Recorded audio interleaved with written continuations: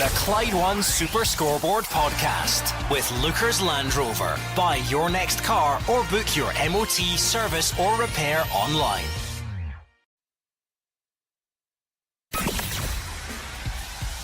The winning team all season long. This is Clyde One Super Scoreboard. Hugh Keevins, Roger Hannah and Gordon Duncan are in the studio. A 6-game Saturday in the Scottish Premiership. We love these days. Game 1 is over. It's Motherwell 2, Rangers 4. And now, Gabriel, it's over to Celtic to respond like they've done so many times. Try and get that lead back up to 9 points. What's the team news? Recap it for us. Yeah, it certainly is, Gordon. As you were saying there, back up to 9 points. Celtic fans tuning into Fir Park earlier might have thought it would be more, but it's just about re-establishing that lead, and by the end of this it'll just be 9 games left to play in the Premiership. The Hoops have won 13 in a row. It's their best winning run under Ange Postecoglou, and arguably they're playing their best, most fluid football at the moment. As Hugh said earlier, 11 goals in their last 3 games, 10 different goal scorers. As I was saying earlier, Postecoglou defended the strength of the league after it was questioned by Japan manager Hajime Moriyasu. He excluded Reo Hatate and Kyogo from his squad, but both of them start here today. Dyson Maeda did make the Japan team. He is back into the starting 11 after missing out last weekend through injury. So Postecoglou makes 2 changes to his side that eased past Hearts a week ago in the Cup. Maeda and Matt O'Reilly come in. Aaron Moy misses out, and Sead Haksabanovic drops to the bench. Carl Stahlfeld and Greg Taylor are both pass fit to play. So Celtic in their usual 4-3-3 formation. Joe Hart in goal, Alistair Johnson right back, Cameron Carter-Vickers and Carl Stahlfeld in the heart of defence with Greg Taylor on the left. Callum McGregor, Matt O'Reilly and Reo Hatate are in the middle of the park.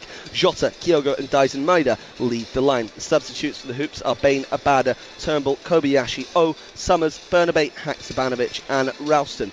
How about Hibernian? Well, assistant manager Jamie McAllister was speaking through the week. He said his team must still have a go when they play one of the biggest sides, but they must be better in possession. Hibs were on a 5-game unbeaten run until they faced Rangers 10 days ago. They took a 1-0 lead early on, but they were so open at the back. I was there at Easter Road. They lost 4-1. It really could have been anything.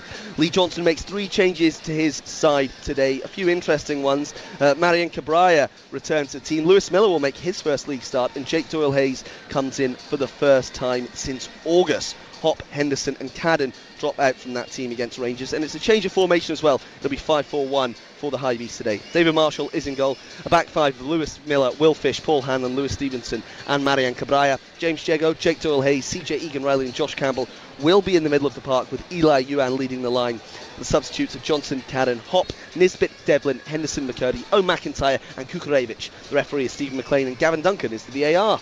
Yeah, time and time again, Roger Hannah, we often talk about the psychology of a title race, if you call it that, or the mentality of it. And sometimes you talk about this rivalry where one team plays first and then the other team watches on and knows that they need to respond and what the pressure can do. But I mean, this Celtic team answered those questions a long time ago, didn't they? That's not a problem. Yeah, and every time Rangers closed the gap to 6 points, they wait on Celtic blinking. And so far Celtic have shown absolutely no sign of blinking. I don't think this is going to be the afternoon. A very, very defensive looking Hibernian team. They will have what the kids call a low block. They will try and hang in there as best they can, but having conceded 10 goals in the previous 2 Premiership games against Celtic this season, could be a long old afternoon for the visitors. Celtic amass stats that are simply staggering, and you think to yourself, how does this end? For me, you can low block all day, but there are so many individual talents in that Celtic side, and this astonishing record of 11 goals in 3 games scored by 10 different players. You cannot see Hibs low block all day, and Celtic, in the light of what happened yesterday with ticket allocations and the row that has followed that, Celtic want their park on the 8th of April to be a place of frenzy, positive frenzy, as they look to take Rangers on and extend the lead at the top to double digits. And it's always been a difficult balance, Gordon, in terms of how you as an opponent go and set up or approach the game at Celtic Park. But if the recent weeks for Hibs have been interesting because they were in good form, and then Rangers come to Easter Road, and because Hibs are in good form and because they're at Easter Road, there's this expectation that you go for it a bit more and you try and open up, and Rangers toyed with them at times at Easter Road. So what sort of mindset does Lee Johnson go with today? I agree with the tactics he's going, because I watched that game, in the midweek game, Gordon, and Hibs were full of confidence. They were at home, decided to put their two wing backs high up the pitch, and they get tore apart. And Michael Beale come out after the game, quite rightly says, we should have scored double, and they should have. Now that's Rangers. You're dealing with a different animal here at Celtic Park with the firepower that Celtic have got. You stick the two full backs high up the pitch, and Maeda and Jota in one flank, you've got Kyogo playing off the shoulder, you've got O'Reilly, Hatate and McGregor in behind. You're asking for big trouble. So I agree with the lads. I think the LB is a good way to go for Hibs this afternoon. Sorry? The LB. Oh, the low block. Yeah, wow, well, okay. Rogers educated me. I'm going LB. Wait till you start XG. And I think XG, yeah, I think they'll sit in there and they'll try and make it as difficult as they possibly can. But other teams have tried that. But I do not blame the Hibs manager with those tactics. And if you're Hibernian, you really don't want Kyogo to have a cause. He's scored 26 goals already this season, but he's got a cause today, because along with Reo Hatate, he has been snubbed again by the Japan national team manager, and he will want to come out today and prove him wrong. Let's hear from Ange Postecoglou.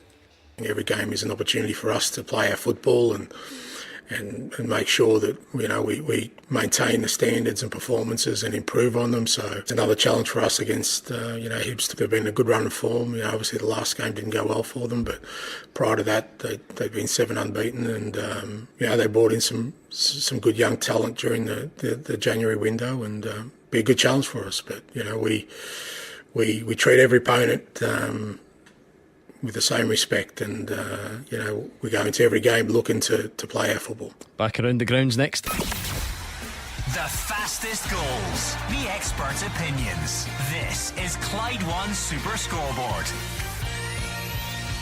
One game down, it finished. Motherwell 2, Rangers 4, but 5 more Premiership ties to come. So much to look forward to. Let's go back to Pittodrie. Aberdeen against Hearts. It's an interesting time at Pittodrie. Dave Galloway, Barry Robson still in interim charge officially.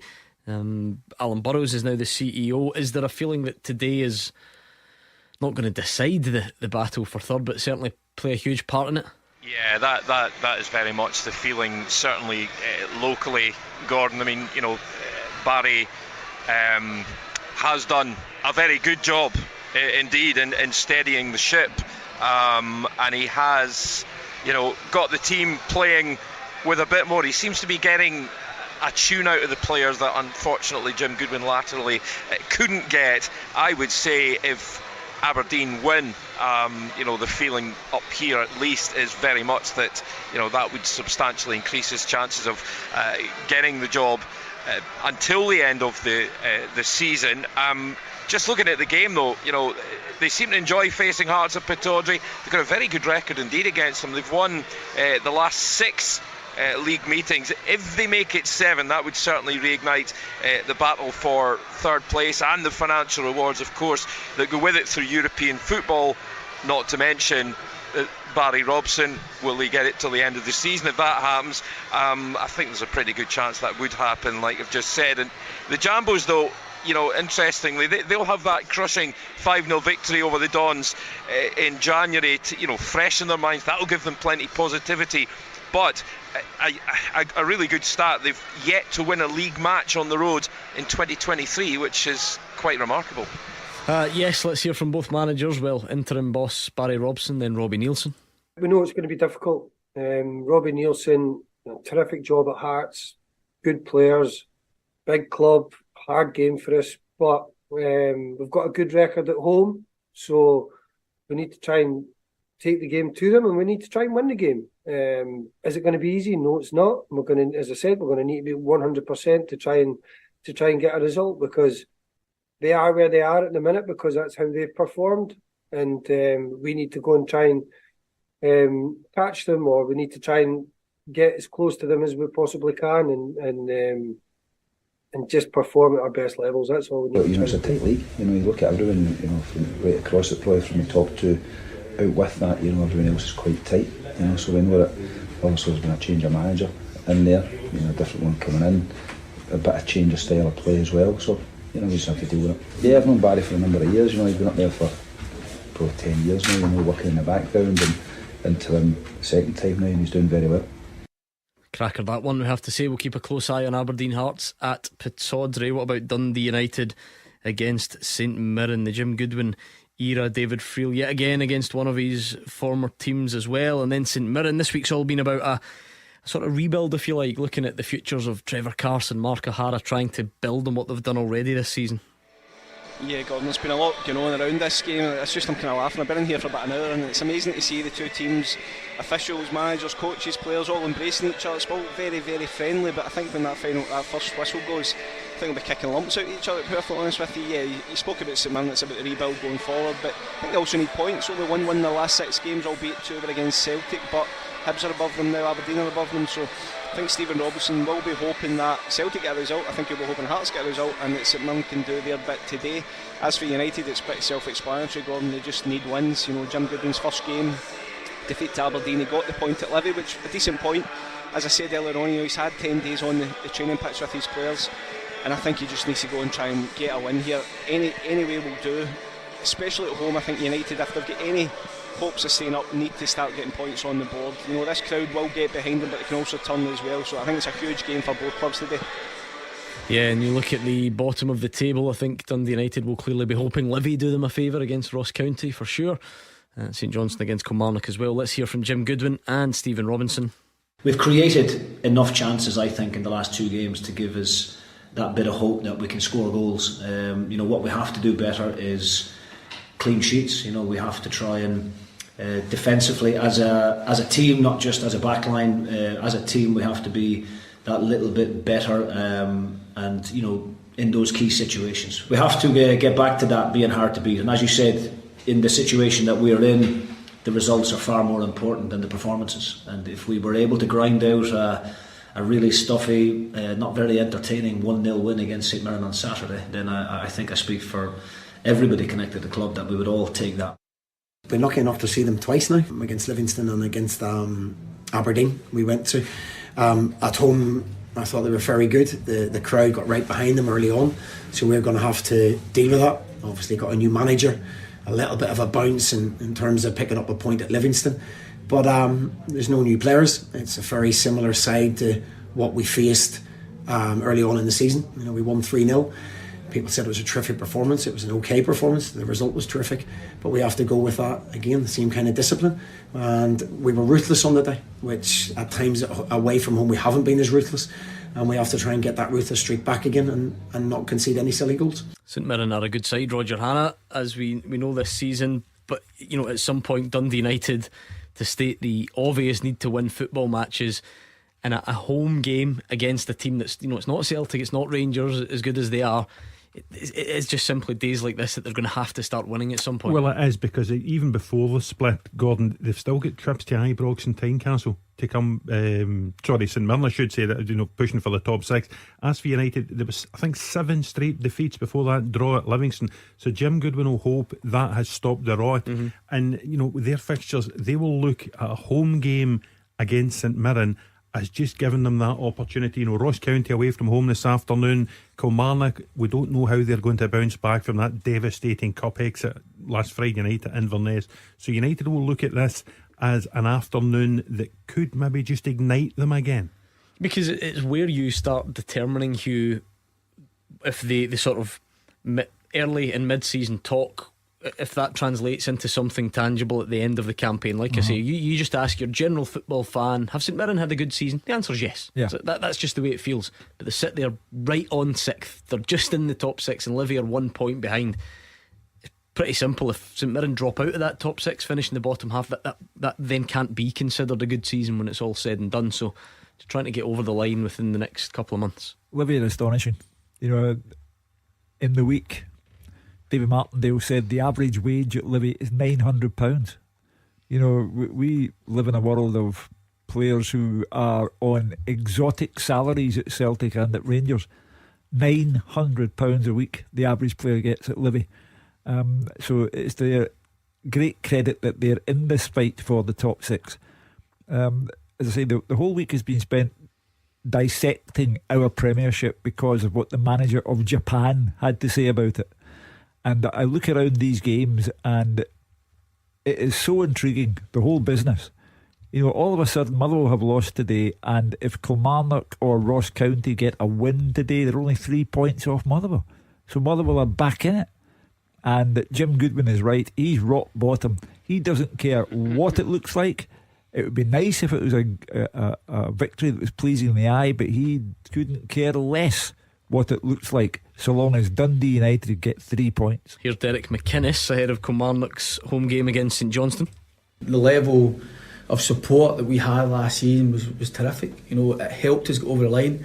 When we first came in January, we were a club that were struggling to win games at home, and it was going to be their nemesis, that we weren't going to get promotion unless we dealt with a home form. And the fans were magnificent. With that said, we now find ourselves at this stage of the season not at the top of the league as we were last year, but at the bottom of the league, or towards the bottom of the league. And it's important for us that it's the same outcome. We're all fighting for the same thing, is to stay a Premier League club. I believe that by staying a Premier League club this turn around, next season we can have far more scope. The budget's strong. We have far more scope to put a team in the pitch that we can improve things. But for now, I believe we're good enough to get the job done. I suppose, Fraser Wishart, if you are going to have away form that's as bad as Kilmarnock's is in the league, not a single victory, you're then going to really have to make sure that your home form is absolutely watertight. Days like this, if you can't pick up wins on the road, you must get these ones right at home, surely, to have any survival chances. Yeah, and that just adds pressure to the players though, and the supporters, because they know that deep down. They're not daft, they'll know how important these games are, and I don't think Kilmarnock can stay up with such a poor away record. They're going to have to start picking up points from somewhere, and this game I said earlier on is so important, I think, against St Johnstone, because when you look at it in context of who they actually play next after the break, they've got Kilmarnock play Hearts at home, Aberdeen away, Celtic at home, and then St Mirren away. St Mirren have a fantastic home record themselves, so this is a really, really important game, because the next two home games here are Celtic and Hearts. They have to pick up the points. I think Derek's recognised that. Quite often he's criticised for being a pragmatic manager, but he's got Jordan Jones on one side and Dan Armstrong on the other. The midfield there, the kind of wing backs, if you like. He's got Rory McKenzie just off two strikers. He's saying in the public he needs a hero to step forward, and I think the start around his chat was that he's got 6 goals between all the kind of number 9s this season. So I think Derek knows how important this game is in the context of their entire season. They have to pick up the 3 points for me if they're going to stay off the bottom of the table. So I think Derek knows that, but it just shows you how strange a season could be, because they've only scored 17 goals in 13 home games, but they picked up 22 points. So they're very strong and they're organised here. They know how to play in this pitch as well, but it's getting the goals at the other end, and if they could just get a couple of goals here today, what a lift it would give the club after last week's quarter-final defeat in Inverness. Yeah, absolutely. It remains to be seen what type of hangover there is from that. It certainly adds more pressure to a team and a manager if you go out the cup as well as struggling in the league. So we'll see very soon indeed, in fact, because just about 5 minutes to go until the 3 o'clock game. Some fantastic fixtures for you. Every team in the top flight playing on a Saturday afternoon. How good is that? We'll get them underway and go back to Celtic Park next. And now a quick word from our podcast sponsor, Lookers Motor Group. They've got Jaguar, Land Rover and Volvo showrooms across Glasgow and the West, so you can find the new or approved used car that's right for you. This month, Lookers Volvo Glasgow have a new car sale event happening in store. With your new Volvo, it's 0% APR conditional sale and your first 3 services for just £499. That's on top of other attractive offers as well. The event is only running until Monday the 20th of March, so not long. Book your place today. You can find out more at lookers.co.uk. Let's get back to the podcast. Number 1 for football in Glasgow and the West. 0141 951 1025. Clyde One Super Scoreboard. Just about to kick off the 3 o'clock fixtures. Let's go back to Celtic Park and speak to Gabriel. Yeah, you can hear the noise around me, Gordon. That is because Callum McGregor has just led the champions out onto the field. They are facing Hibernian this afternoon, aiming to re-establish their 9-point lead at the top of the league. They're in red-hot form, 13 wins in a row, their best run under manager Ange Postecoglou. 11 goals in their last 3 games. They are really up for this one. Ange Postecoglou makes 2 changes to his side from last weekend. I'll give you the 11. It's Joe Hart in goal, a back four of Alice Johnson, Cameron Carter-Vickers, Carl Stahlfeld and Greg Taylor. Callum McGregor, Matt O'Reilly and Reo Hatate in the middle of the park. Jota Kyogo and Dazen Maida are up top. Bain, Abada, Turnbull, Kobayashi, Summers, Bernabe, Haksabanovic and Ralston are on the bench. What about Hibernian? Just taking their shape in front of me here. They'll be wearing their black away strip. It's a 5-4-1 formation for Lee Johnson's side. He makes 3 changes from the defeat to Rangers 10 days ago. David Marshall is in goal. A back 5 of Lewis Miller, Will Fish, Paul Hanlon, Lewis Stevenson and Marion Cabrera. James Jago, Jake Doyle-Hay, CJ Egan-Riley and Josh Campbell will play across the middle, with Eli Yuan leading the line. The substitutes are Johnson, Cadden, Hop, Nisbet, Devlin, Henderson, McCurdy, O'McIntyre and Kukarevich. The referee here is Stephen McLean. Gavin Duncan is the VAR. Callum McGregor just about to join his teammates for the huddle before kick-off. Now, the 2 meetings between these sides already this year, of course, Celtic have won both of them. They've scored 10 goals. The Hoops clearly like playing against the Leeds side. You've got to ask, will they run riot again here today, or will Lee Johnson's men perhaps spring a surprise? You wouldn't bet on it. Celtic winning all games bar 2 so far this season. The rain is swirling around here in the east end of Glasgow, adding to quite a dramatic feel at Parkhead. Captain Callum McGregor just talking in the huddle at the moment. Referee Stephen McLean looking to get us underway at Parkhead. Kickoff is coming up next. Clyde One Super Scoreboard Goal Flashes with Clyde Built Windows and Doors. Buy now, pay nothing till 2024. Been saying it all afternoon, but for good reason. It feels great to have 6 Premiership games on a Saturday afternoon. So much for us to get through. We already know that the gap at the top is 6 points because Rangers won 4-2 at Motherwell. But can Celtic respond this afternoon? How will the battle for Europe, the battle for third, be impacted by Aberdeen against Hearts? If Dundee United are going to stay in this division, surely they need to start doing something in games like this one at home to St Mirren. Killie, same story for them really, at home to St Johnstone. And we've got Livy Ross County as well. So much to get through. Looking forward to it, Roger Hannah. Very much so, yeah. It's over to Celtic now. Rangers, they stuttered and stumbled a little bit for a while at Fir Park, but they won the game. They scored 4 goals. They've closed the gap to 6 points, and it's over to Celtic to respond again and widen it to the 9 points it's been at since before the break for the World Cup.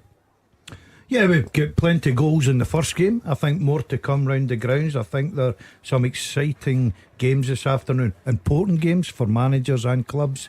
I look at that Hibs team, they're certainly going for that low block, as the guys were touching on. It's up to Celtic to go and break them down. They usually find the answers. I just think we'll get plenty of goals today. I just cannot believe that Lee Johnson believes that he can low block all day long against a team like Celtic. So I've got to take Celtic to win. I've got to take Aberdeen to beat Hearts. That's my surprise. Dundee United and St Mirren a draw. Killie to lose to St Johnstone, and Livy to beat Ross County. I'll go Celtic to win. I can't see any other result at Parkhead this afternoon. Having seen Hearts last week, I agree with Hugh Keevins. I'm going to go for a home win for Aberdeen at Pittodrie. I am going to take draw at Tannadice, and United will get a point there. I am going to go draw at Rugby Park, and my googly today, Ross County to win at Livingston. Wow. It's a very hard one to predict correctly, but we'll go for it. Celtic, Hearts away. I think that St Mirren away. I think that Kilmarnock will beat St Johnstone, and I think Livy will beat Ross County. There we are then. First goal in Scotland comes down the leagues. We've got a couple actually. Kelty 1, Montrose 0. Jamie Barjonas in the first minute, and then Airdrie 1, Peterhead 0. Gabriel McGill with 2 minutes on the clock. Young there. Mr McGill, clearly inspired by Kenny Miller giving him Player of the Week for his hat-trick last weekend for the Diamonds. He's going well. He's built on it, and off he goes. Right, before we get distracted with important things like goals and VAR and red cards and whatever incidents we're going to get this afternoon, let's get this up and running, Hugh. Okay. The first half teaser with the scottishsun.co.uk/football for the best football news and opinion online.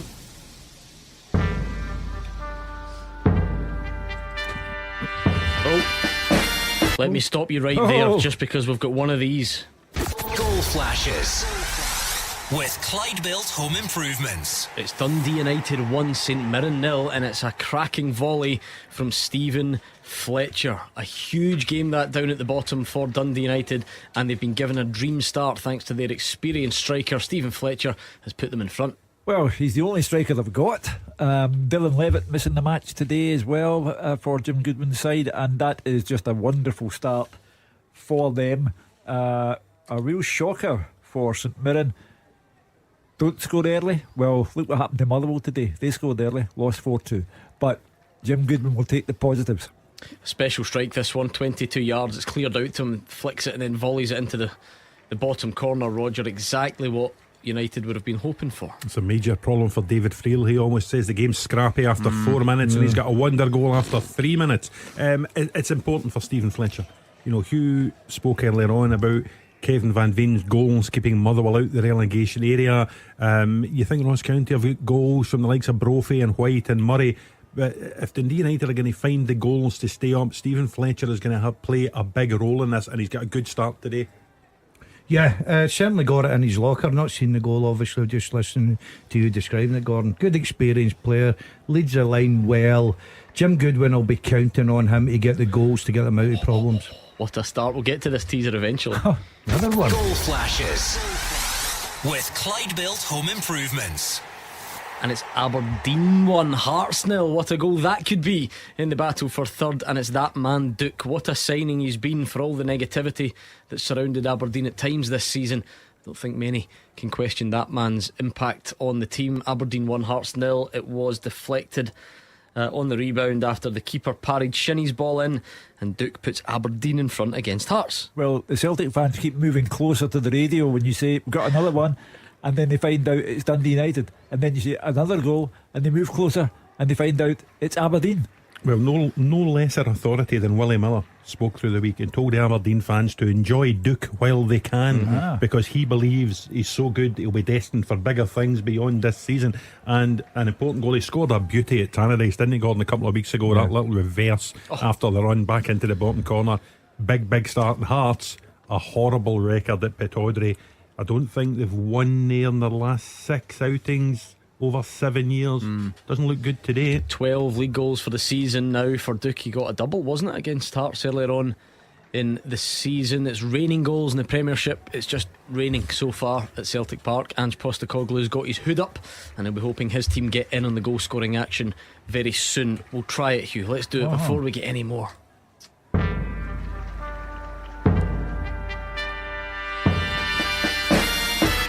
Since 2019, and excluding Old Firm games, half a dozen players have scored 2 or more goals in a single domestic match against Celtic or Rangers. Name them. Since 2019, and excluding Old Firm games, 6 players have scored 2 or more goals in a single domestic game against Celtic or Rangers. Who are they? At Clyde SSB, you need to send us a tweet with all of the correct answers on it, and you need to do it quicker than everyone else. That is the aim of the game on the first half teaser. So it's quite simple. Name the players in that time frame who've scored 2 or more in a single game against Celtic or Rangers, and it doesn't include the games against each other. That's the way to think of it. So pretty straightforward. Have a think, get your answers over to us at Clyde SSB. If you need to see the question written down, we can see it there as well. Great ball in there by Alistair Johnson, but just no takers for Celtic. It's not often that we get a few goals early on in the Premiership, and Celtic aren't among them, but I'm sure they will be looking to change that in the near future. Well, they've made a very promising start, clearly. The way Hibs are set up, that's what the game's all about. It's attack v defence. So the team with 10 goal scorers and 11 goals in their last 3 games have got to find a way beyond the Hibs defence. It's a risky tactic to come out with. I totally understand it, of course I do, but you're going to sit in there with everybody behind the ball for 90 plus minutes at Celtic Park. To me, you're asking for trouble. The thing about this is, and by the way, this will be the bit you can play back later if it does work for Hibs, because it might, I don't know. There have been times, Roger, where there's a there's a precedent set. You know that if you sit in against a team and you make life difficult for them, you can get results against them. This must be the real frustration for other Scottish teams. There is nothing to suggest that sitting in against the Celtic team works for you at home. No, but you can understand why Lee Johnson has adopted this tactic today, because this season he's tried most other things and has ended up with nothing but disappointment. 6-1 on his last visit to Celtic Park when he tried to go toe to toe with Celtic. 4-0 at home defeat to Celtic, 4-1 defeat to Rangers in the last outing on their own patch. So clearly he has adopted the let's just sit in as deep as we can and as many numbers as we can. Poor old Eli Ewan, I think he's got the hardest shift in the Premiership this afternoon, up there with nobody near him. And listen, it's lasted for 7 minutes. You just wonder how long they'll manage to resist Celtic. Goals everywhere down the leagues, I must say. Scottish football the place to be. Forfar won up on Annan, Dumbarton won down at home to Albion Rovers, and Alloa won up against Jim Duffy's Clyde. Ross McKeever with the goal after 9 minutes. Well, he won't beat the pundit last night. He can't have everything. Nah, exactly. You've got to pick and choose. And of course, I'm just delighted to hear that last week passed without any incidents between the two men. It was Jim Duffy against Marvin Bartley. They just drew the game, shared the spoils. I mean, Marvin got sent off, interestingly enough, but that was nothing to do with Jim. He just stood back and watched. But happy for both of them. Two good, lovely guys. So delighted that they got a point each. Move on. I'm just impressed with this guy to the right of me, Gordon. I'm so used to sitting next to Mark Wilson and just watching the nonsense it writes down. He usually comes in with a holiday brochure. Roger's in with every stat. Now we get some details here, but Roger's stats are fantastic. I'm going to ask you to do that next week for me, Roger. I had a wee look at a couple of things last night, and Hibernian hadn't won at Celtic Park I think since 2010. Laddie Danny Galbraith, remember Danny Galbraith? Who scored a goal and added time at the end of the game. And I looked at when Hearts last won at Pittodrie. I think it was 7 years ago. You know who scored the winner? No. A player called Abiola Dowda. Now, Gordon Duncan calls me an anorak. Even this anorak couldn't remember Abiola Dowda. No, I'm struggling. I had to Google him. Signed on loan during Robbie Nielsen's first spell at Hearts. He's a Nigerian centre forward in from Vitesse Arnhem. Scored a winner at Pittodrie and went home again. I've got to say that's like an exciting night out with Hannah and Wishart. Wishart's already went hard fought game, low scoring game. He's already set the mantle, hasn't he? Airdrie 2 up against Peterhead, a Craig Watson goal there on 10 minutes. So very convincing start to that one, as that league table would suggest it might be, you have to say. And the Bruni 1-0 up at Derby County. Yeah, a Joe Wildsmith own goal for Fleetwood. So there we go. Still nothing doing then at Celtic Park. There was a VAR check for a handball against St Johnstone. Ref didn't give it, no penalty. And Gordon, look, it's only 10 minutes in. Celtic have started exactly like they normally do, so there's nothing yet to suggest that this won't lead to a breakthrough at some stage. Yeah, maybe just an afternoon for Celtic just to be patient. I know that every Celtic fan likes to get goals and attacking football, but you don't realise how difficult it is to play when there's not a lot of space. You've got the opposition lying deep. There's no ball over the top for the pace of Maeda and Jota and Kyogo. So they've got to just prop away and move defenders, move midfield players, eventually wait for that gap opening up, and then the killer pass that scores the goals. So it may just be an afternoon of a bit of patience till the first goal goes in. Just looking around the grounds, Dave Galloway quite rightly crediting Duke with that Aberdeen opener after 3 or 4 minutes, Gordon? Yep. Xander Clark's clean sheet didn't last long, did he? In his audition for the Scotland gloves. Did not. Hatate's down, and it looks like it wasn't an impact, so maybe it looks like a bit of a muscular issue. He maybe will shake it off, but we'll find out. I'm sure Celtic fans would be desperate, and I don't think we're going to get the violin out for Celtic's squad being stretched just yet. It just so happens though that it is on a day that Aaron Moy and Tomoki Iwata are not available. But Ben Summers is. David Turnbull, is he still on the bench? Yeah, he is. Yep. Yeah. He's not getting a lot of game time, Turnbull, is he? No, he's went down the pecking order a little bit. Terrific talent, good lad to bring on, and you know he knows how to play football, can get you the goals as well. So didn't get on last week at Tynecastle when I was there for SuperScoreBoard. Yeah, he's off. Rio Hatate's off. His afternoon. A lot of talk about him this week about should he be in the Japan squad. He's in the form of his life. And he's gone off already, Rio Hatate, 12 minutes. It looks like a calf to me. And David Turnbull has come on. He's got his head buried in his shirt, Is it a over his hamstring? head. Maybe a calf or hamstring issue. It looks something in the more back of the of the top leg. of the leg he's holding, Gordon, for me. I think that's a hamstring. I really do. But the good thing about it, maybe if there's a good thing about getting an injury, is he's got it. He's recognised it quickly. You know, he immediately felt that. He went down. He signalled to the bench right away, so they can deal with that very, very quickly. But that looks to me, being in football for a long time, looks like a hamstring problem. Well, he's got a fortnight to recover because it's the international break now.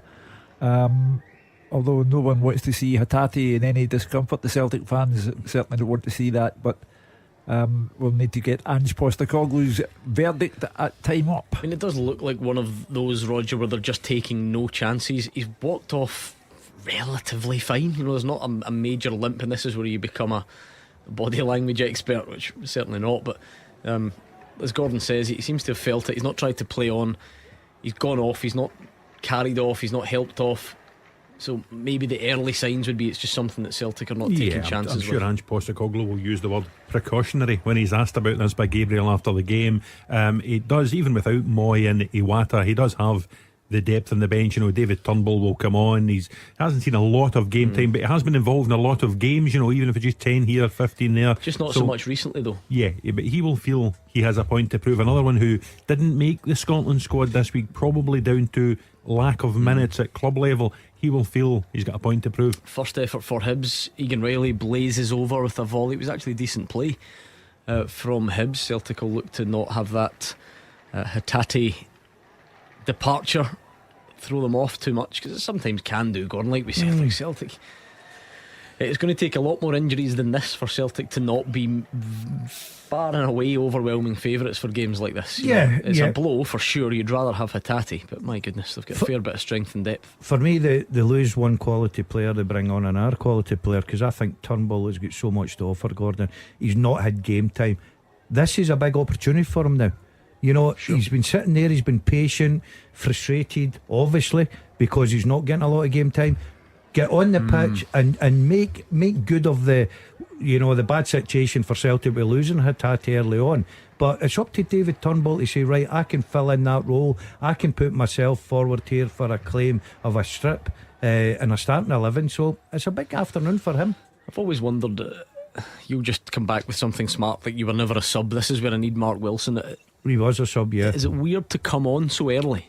Because you're essentially you're kind of doing the full game job, if you like, that your teammates are doing, but you've not done the exact same warm up as them. You've done something different. You've then gone and just sat down for, what was it, 12 minutes, and then you come on. Just wonder if is it different?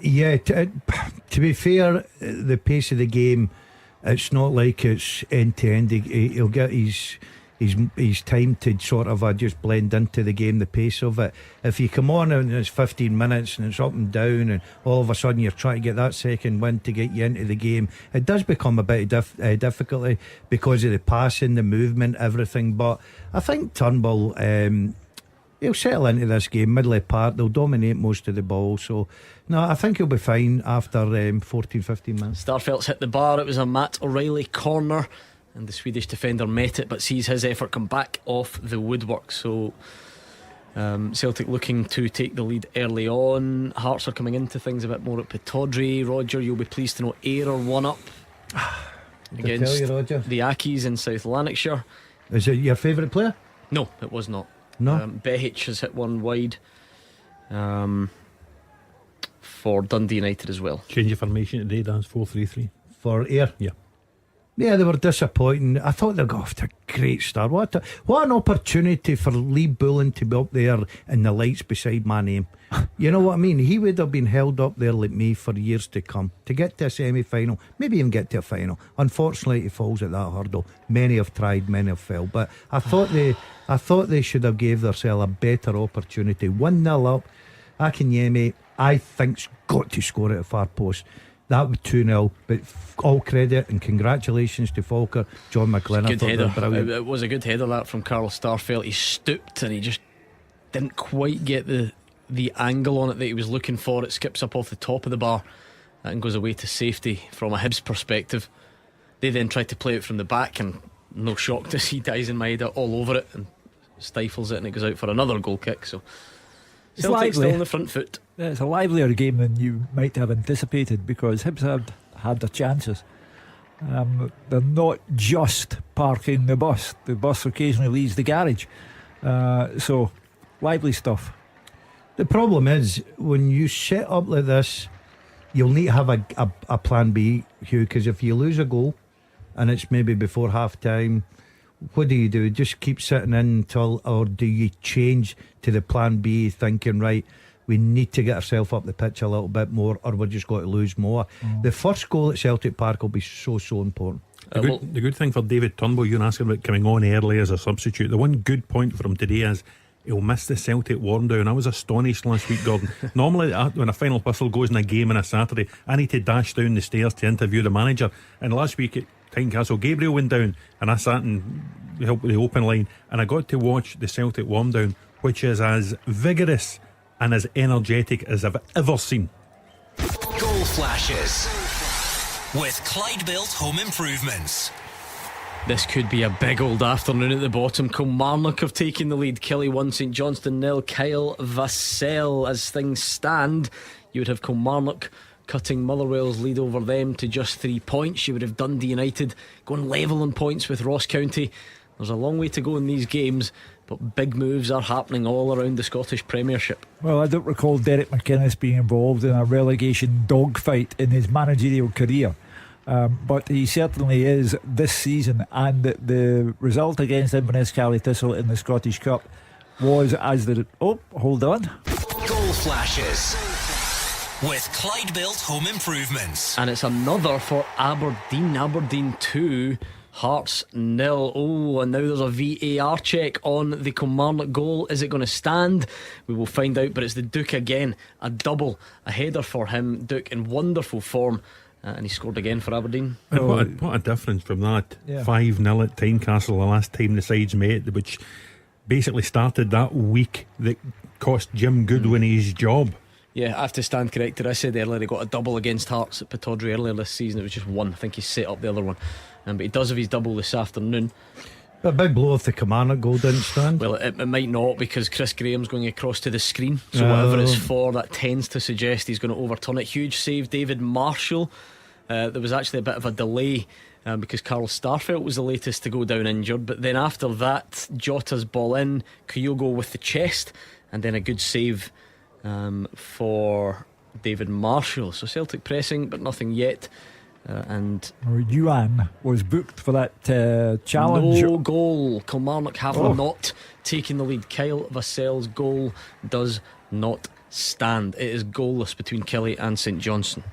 Well, I was about to say that the display against the Inverness Cali Thistle in the Scottish Cup was spineless, and that was a good start. But now they have to gather themselves again, because that's a real blow for Derek McInnes and all concerned with Kilmarnock. You look at Kelly's next three as well, Hugh, and it just amplifies the importance of today, because the next three, Hearts, Aberdeen and Celtic, you know, it's a difficult run of fixtures for Kilmarnock. I noticed Chris Boyd discussing the plight of his former club in his column in the Scottish Sun this morning.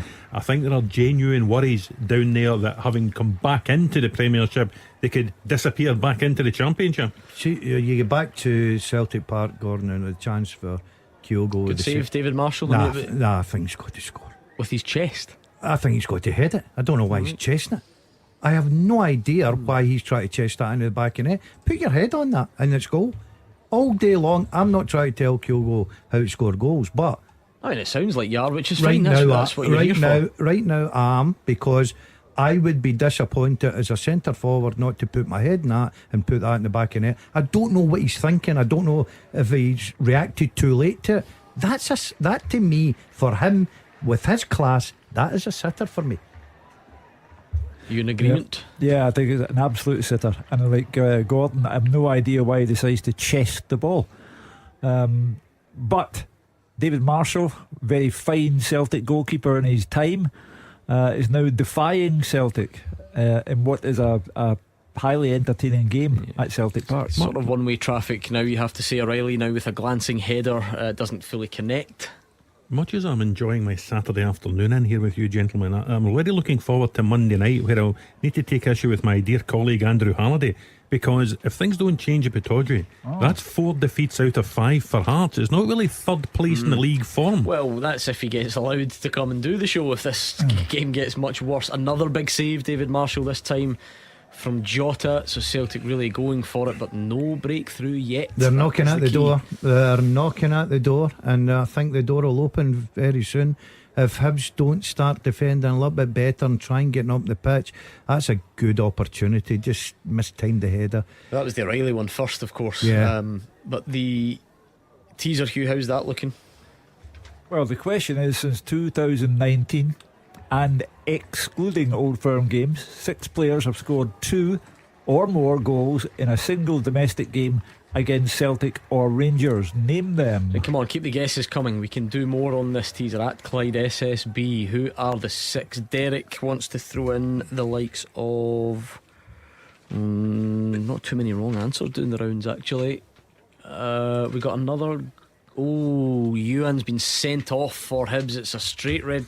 Oh no, did he get booked for the tackle? Yeah, he got booked. Yeah, Starfelt. Well, tackle on Starfelt. Well, this one can't be overturned. Then there'll be no VAR, but he clattered Cameron Carter-Vickers, and if you're Hibs, you don't need that. 22 minutes gone, 2 bookings for your striker, and he gets sent off, and Lee Johnson will be scratching his head because nothing you can do now, and that's the game plan made even harder. Interesting to see what he does now, because Eli Ewan was the only player resembling a forward in that Hibernian line-up this afternoon. Does he now push Josh Campbell to centre forward, or does he take off one of the more defensive players? He has got options on the bench there, the likes of Kevin Nisbet, Harry McCurdy, Big Kukarevich. He's got options there, but it'll be interesting to see how he responds to this red card. It's just a high boot from Eli Ewan. He's fallen back. He'll feel hard done by, and there will be others who would be quite right to point out that possibly is a booking as well. You can kind of see that one from both sides. Yeah, it's very disappointing for the lad, I've got to say. He's trying to lean into Carter Vickers, he's trying to be strong, he falls back, puts the leg up in the air. Carter Vickers is getting in there to win the ball. Carter Vickers, it's almost a diving header from him, Hugh. He stoops. I think you can call that unlucky. Yeah. You can call that unlucky. Yeah, I always apply one rule of thumb. If it happened to a Celtic player, the Celtic fans would have said that's a ridiculous decision. However, it's a strange one now, because Hibs now have Motherwell in a couple of weeks. Motherwell don't have Callum Slattery because of 2 bookings, the second of which was debatable to say the least, and now Hibs won of Eli Ewan because of 2 bookings, the second of which was debatable at least. The only thing I will say, Roger, is he puts himself into that position because his first tackle on Starfelt, which he doesn't have to make. It was a silly tackle for a forward. He doesn't have to make it. Well, the same could be said about Slattery. You either deserve to be sent off or you don't. No, I'm just saying he puts himself in that position that the next one he's not getting the benefit of doubt. I feel sorry for him. I really do. Carter Vickers isn't up moaning about yellow cards or anything like that. Look, the game's changed now. Well, the bottom line is you've got more than an hour to play with 10 men against 11 of Celtic, and that makes a tall order a gigantic order. There's a big goal in the Championship as well. Queen's Park 0, Inverness 1. Daniel Mackay, another goal at Pittodrie. Now either we've got a proper game and Hearts are back in it. Well, this is getting nasty for Robbie Nielsen. Goal flashes with Clyde Built Home Improvements. And it is the latter. It's a header from Pollock. Aberdeen lead Hearts by 3-0, a quarter of the way through this game, Hugh Keevins. Well, it pushes Barry Robson towards the manager's job. Initially they can afford to leave him there until the end of the season and then make a decision, or they may decide that it's better all round to be positive and bring him in. Especially off the back of what will be a tremendous result. But for Robbie Nielsen, it's all gone pear-shaped. Lost to Celtic in the league, lost to Celtic in the cup, and now Aberdeen, who've had a worrying season, are ripping them apart. Not a very good start for Hearts up at Tynecastle, I've got to say. You'd say that game's put to bed already before half time, unless something dramatic happens. Dave did say at the top of the show that if Barry Robson can get a few results, they might just go with him. I think they've got to. I think they've got perfect opportunity. Sit back, take their time, don't rush into it.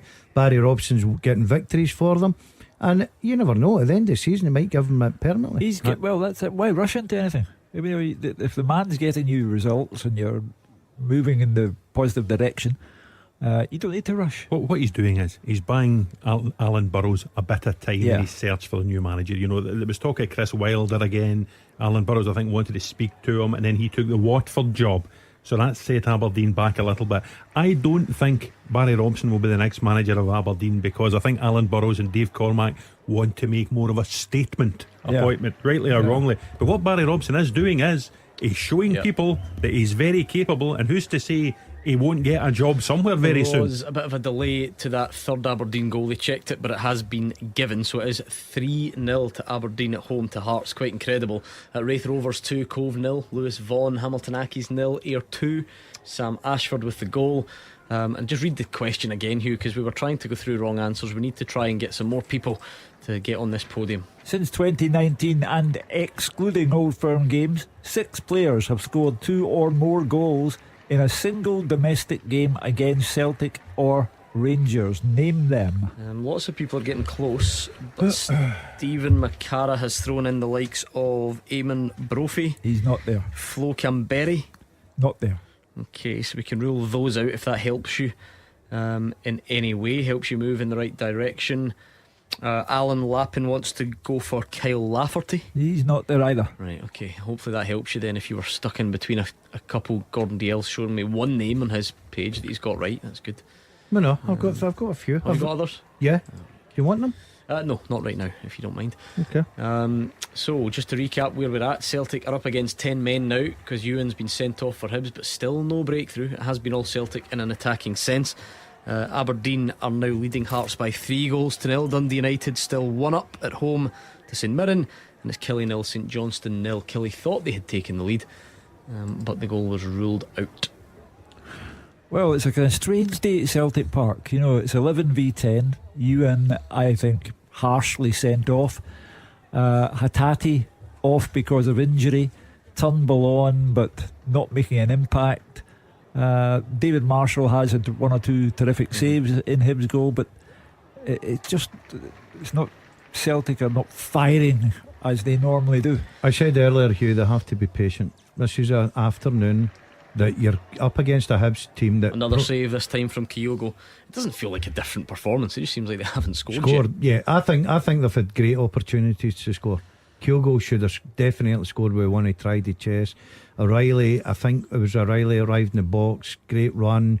I think he's got to do better with the header. So they're creating chances. There was an O'Reilly shot, so they checked a quick handball claim after that, but it is play on, so nothing doing there. Want to hear from Michael Beale, shall we? Why not? Here's what he had to say then. He's been reflecting on a 4-2 victory at Fir Park, talking about the game. He's got no complaints with the first goal. Why should you? You kind of have to trust the offsides, but I'm taking a look at Twitter and appreciate not everyone can do that, which is fine. So here's what he had to say. Slow start, obviously the first attack they had down our left side, which they targeted. I thought we dealt with after that, but they targeted it and they got in down the side. It's a really tight call, but I am someone who, if it is tight, I prefer it to go in the forward's favour. So obviously VAR have deemed it's onside, so no problem. We had to respond. I thought we was in control the whole game. It's just our quality in the first half, certainly on our crossing, was really poor. Probably should have gone in at half-time 2-1. Fashion's had a big chance off of the rebound off of John Lunson. Really good free kick from James, obviously. But we spoke about our quality and speeding up our play in the wide areas and our running, and straight away at the start of the second half you saw that. I think Tav takes the 1v1 on. It's a great cross, fantastic header from Fashion. We shoot ourselves in the foot, should we say, on the corner, but again we responded well. And I suppose the only frustration today, similar to away against Hibs, is we should be scoring more, in the same way at Hearts, but we're scoring 3s and 4s away from home. It's not an easy thing to do. but we're capable of getting 2 or 3 more goals today. I thought at the end there, if we're a little bit more ruthless, that was what would have happened. Well, there's a fair summation. I think if you score 4 goals away from home, cut the lead to 6, Celtic have yet to score at Celtic Park, you've done your bit for the day. It's now up to Hibs to see if they can do you a favour, or the Celtic eventually break down the Hibs defence and we're back to where we started. I thought it went the other way. I'm surprised that I can understand, because I watched the Hibs game at Easter Road and I thought they were terrific that night and they could have scored double the 4. But I think you're looking at a team that's going away from home and they're losing 2 today as well.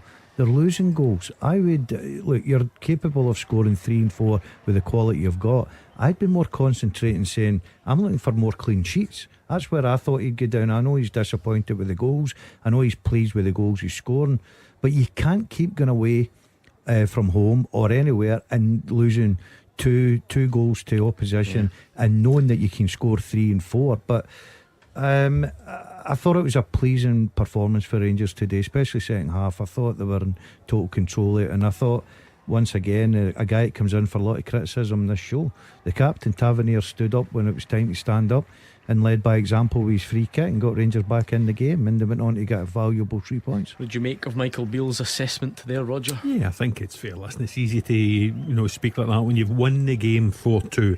I think there will be aspects of the performance he's not happy with. They are still conceding too many goals. They do still look too fragile at the back at times. Kevin Van Veen looked as if he was going to get joy out the Rangers centre halves every time he went up the park for a period in the game. But the positives for Rangers are 4 goals again on the road. They looked as if they could have scored more. As Dan said earlier on, after the 4 at Easter Road, Michael Beale said it could have been 8.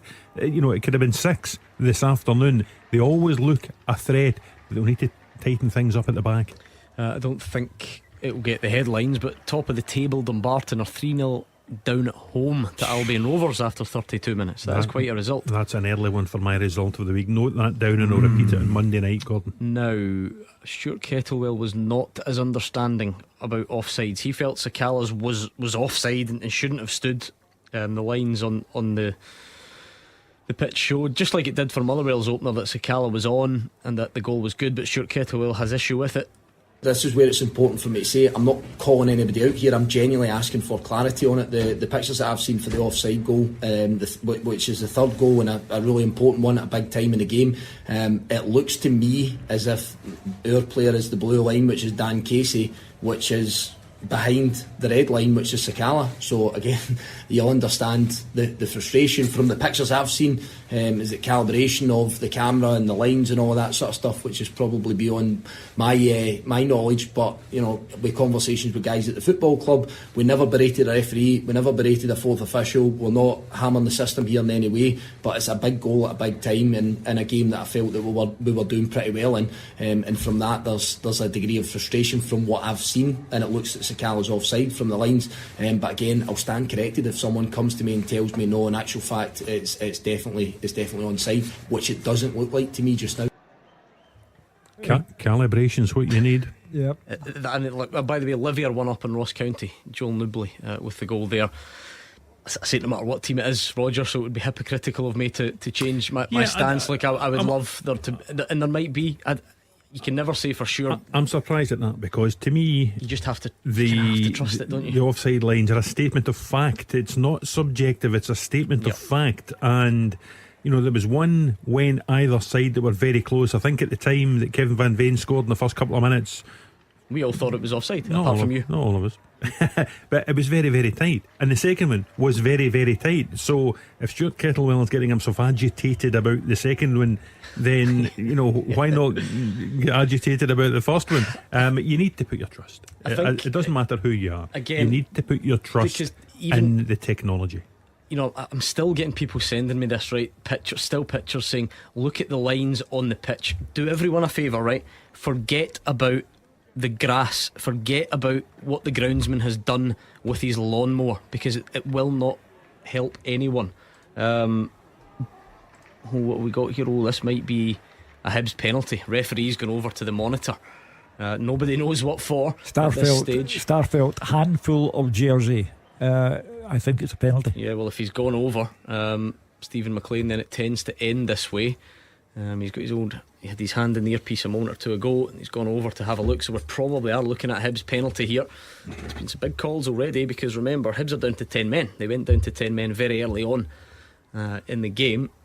Goes for nothing, Gordon. I watched Chris Maguire penalty. hit the woodwork. Carl Starfelt pulled the shirt of Paul Hanlon, and penalty given. Can he have any complaints? None at all. No, I baffles the life out of me what he's doing that for.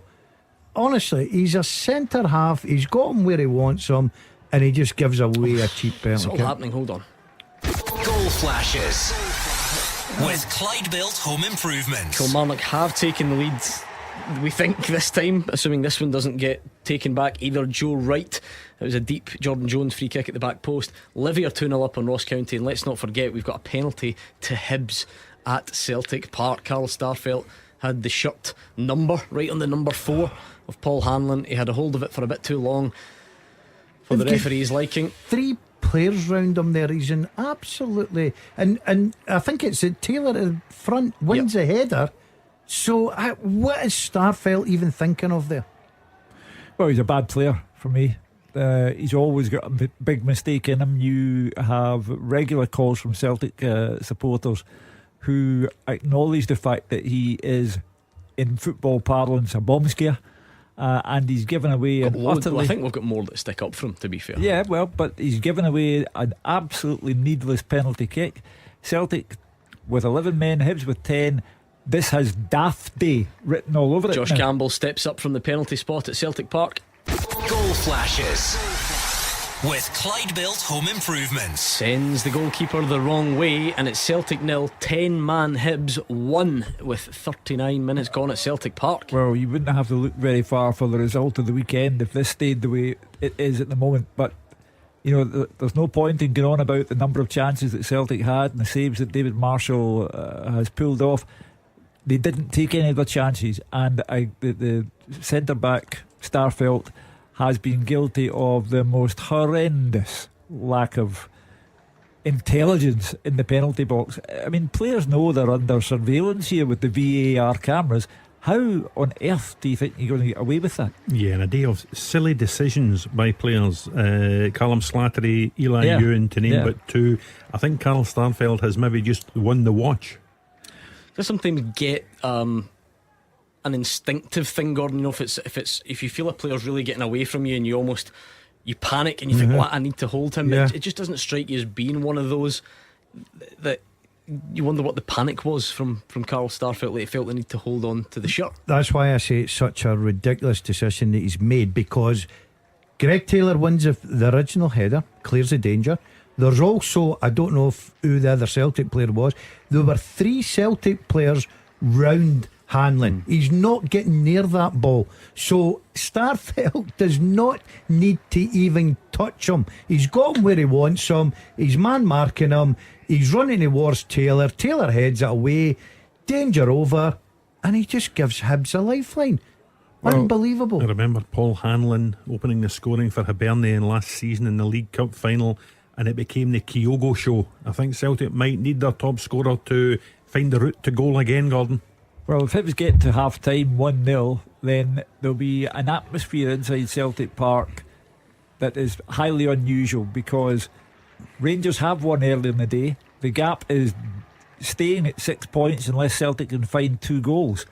An astonishing turn of events, especially for a 10-man team to be one up against a Celtic side who are not playing as well as they can. So far, as we said earlier, you get these big moments, Gordon. Hibs didn't carve out that goal or create the goal. It was a throw-in. It was a throw-in into the box that Carl Starfelt pulls a shirt. You know, there's no sign of any danger, and now Celtic find themselves behind. Yeah, it seems to be one of those first 40 odd minutes. They lose Hatate with an injury. Will be interesting to see how serious that is.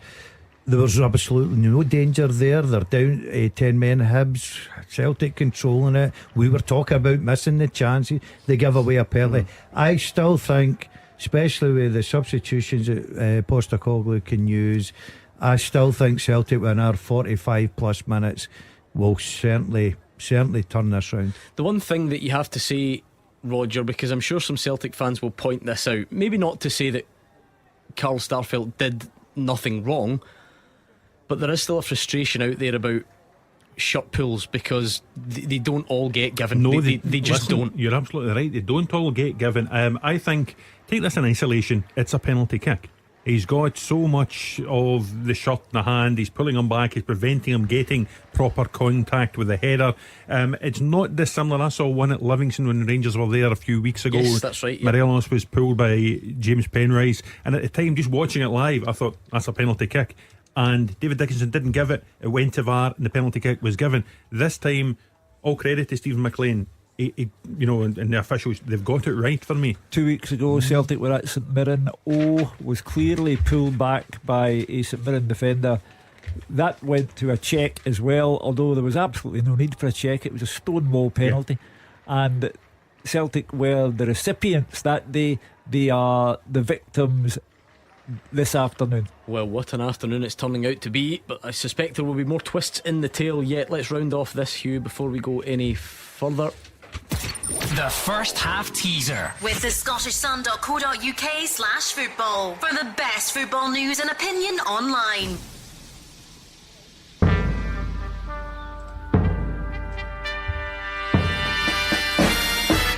Since 2019 and excluding Old Firm games, 6 players have scored 2 or more goals in a single domestic game against Celtic or Rangers. They are Lawrence Shanklin, Martin Boyle, Jamie McGrath, Lewis Ferguson, Liam Donnelly and Sam Cosgrove. Good effort. If you got all of those, you know your stuff. Believe me, that was tough. Well done to Bailey 900 in third place, Hyperbolic Pessimist in second place, and Derek was the winner. Well done to you, Derek. You were the quickest by a fair distance, I believe. So well done to you, and we'll have a Who Am I a bit later on in the show. I noticed 2-0 Livingston, Nicky Devlin adding a second goal at home to Ross County, and I notice what a day at the top of League 2. Dumbarton 4-0 down at home to relegation threatened Albion Rovers, and that's opened the door for Stirling Albion 1-0 up at Stranraer. Who scored the goal, Gordon? It was Jack Leach, a second week in a row. My brother-in-law mentioned it before. I had him round for Sunday dinner last week, just my wee pep talk, and I think it's obviously worked. I mean, he had scored the last minute winner the day before, right enough. So we had him here. Good boy, good player. Do you get this level of excitement with Mark Wilson in on a Saturday? Well, it varies. It depends what mood him and Gordon Dalziel are in. I must admit. You missing him, Daz? No. I know he's away somewhere in his jollies. Probably sitting just now having a nice lunch as you'd normal. I mean, Nizzy's on, not happy. He wants a steward's inquiry because of Jamie McLaren's hat-trick against Rangers, but it was out with that time frame, wasn't it? That was prior to 2019. Well before. So sorry, Nizzy, no steward's inquiry. Your man Louis Moult was in my list, but I think that was too early as well. Against Celtic at Celtic Park. 2015, I think. Or Rangers in the Cup semi-final. That's true. I thought it was only league games. No, but you're quite right. You are quite right indeed. Right, half times are starting to go round about the country. 3 added at David Friel's game, which is Dundee United St Mirren. Dundee United scored the first goal of the Premiership. Certainly in the 3 o'clock games, we've not heard anything on top of that, so still 1-0 there. We expect heading towards the break. Kilmarnock look like they'll take a lead into the break. Hearts will certainly take a lead into the break. Marvin Bartley, the Palmerston Pep, Queen of the South, won Falkirk 0 at the break. What a good result that would be. And most surprising of all, 10-man Hibs look set to take a lead into the break at Celtic Park, but there are going to be 8 additional minutes at the end of the first half. There was an injury to Hatate, an injury to Starfelt, there was a red card for Hibs, a penalty, VAR check, so 8 minutes all in.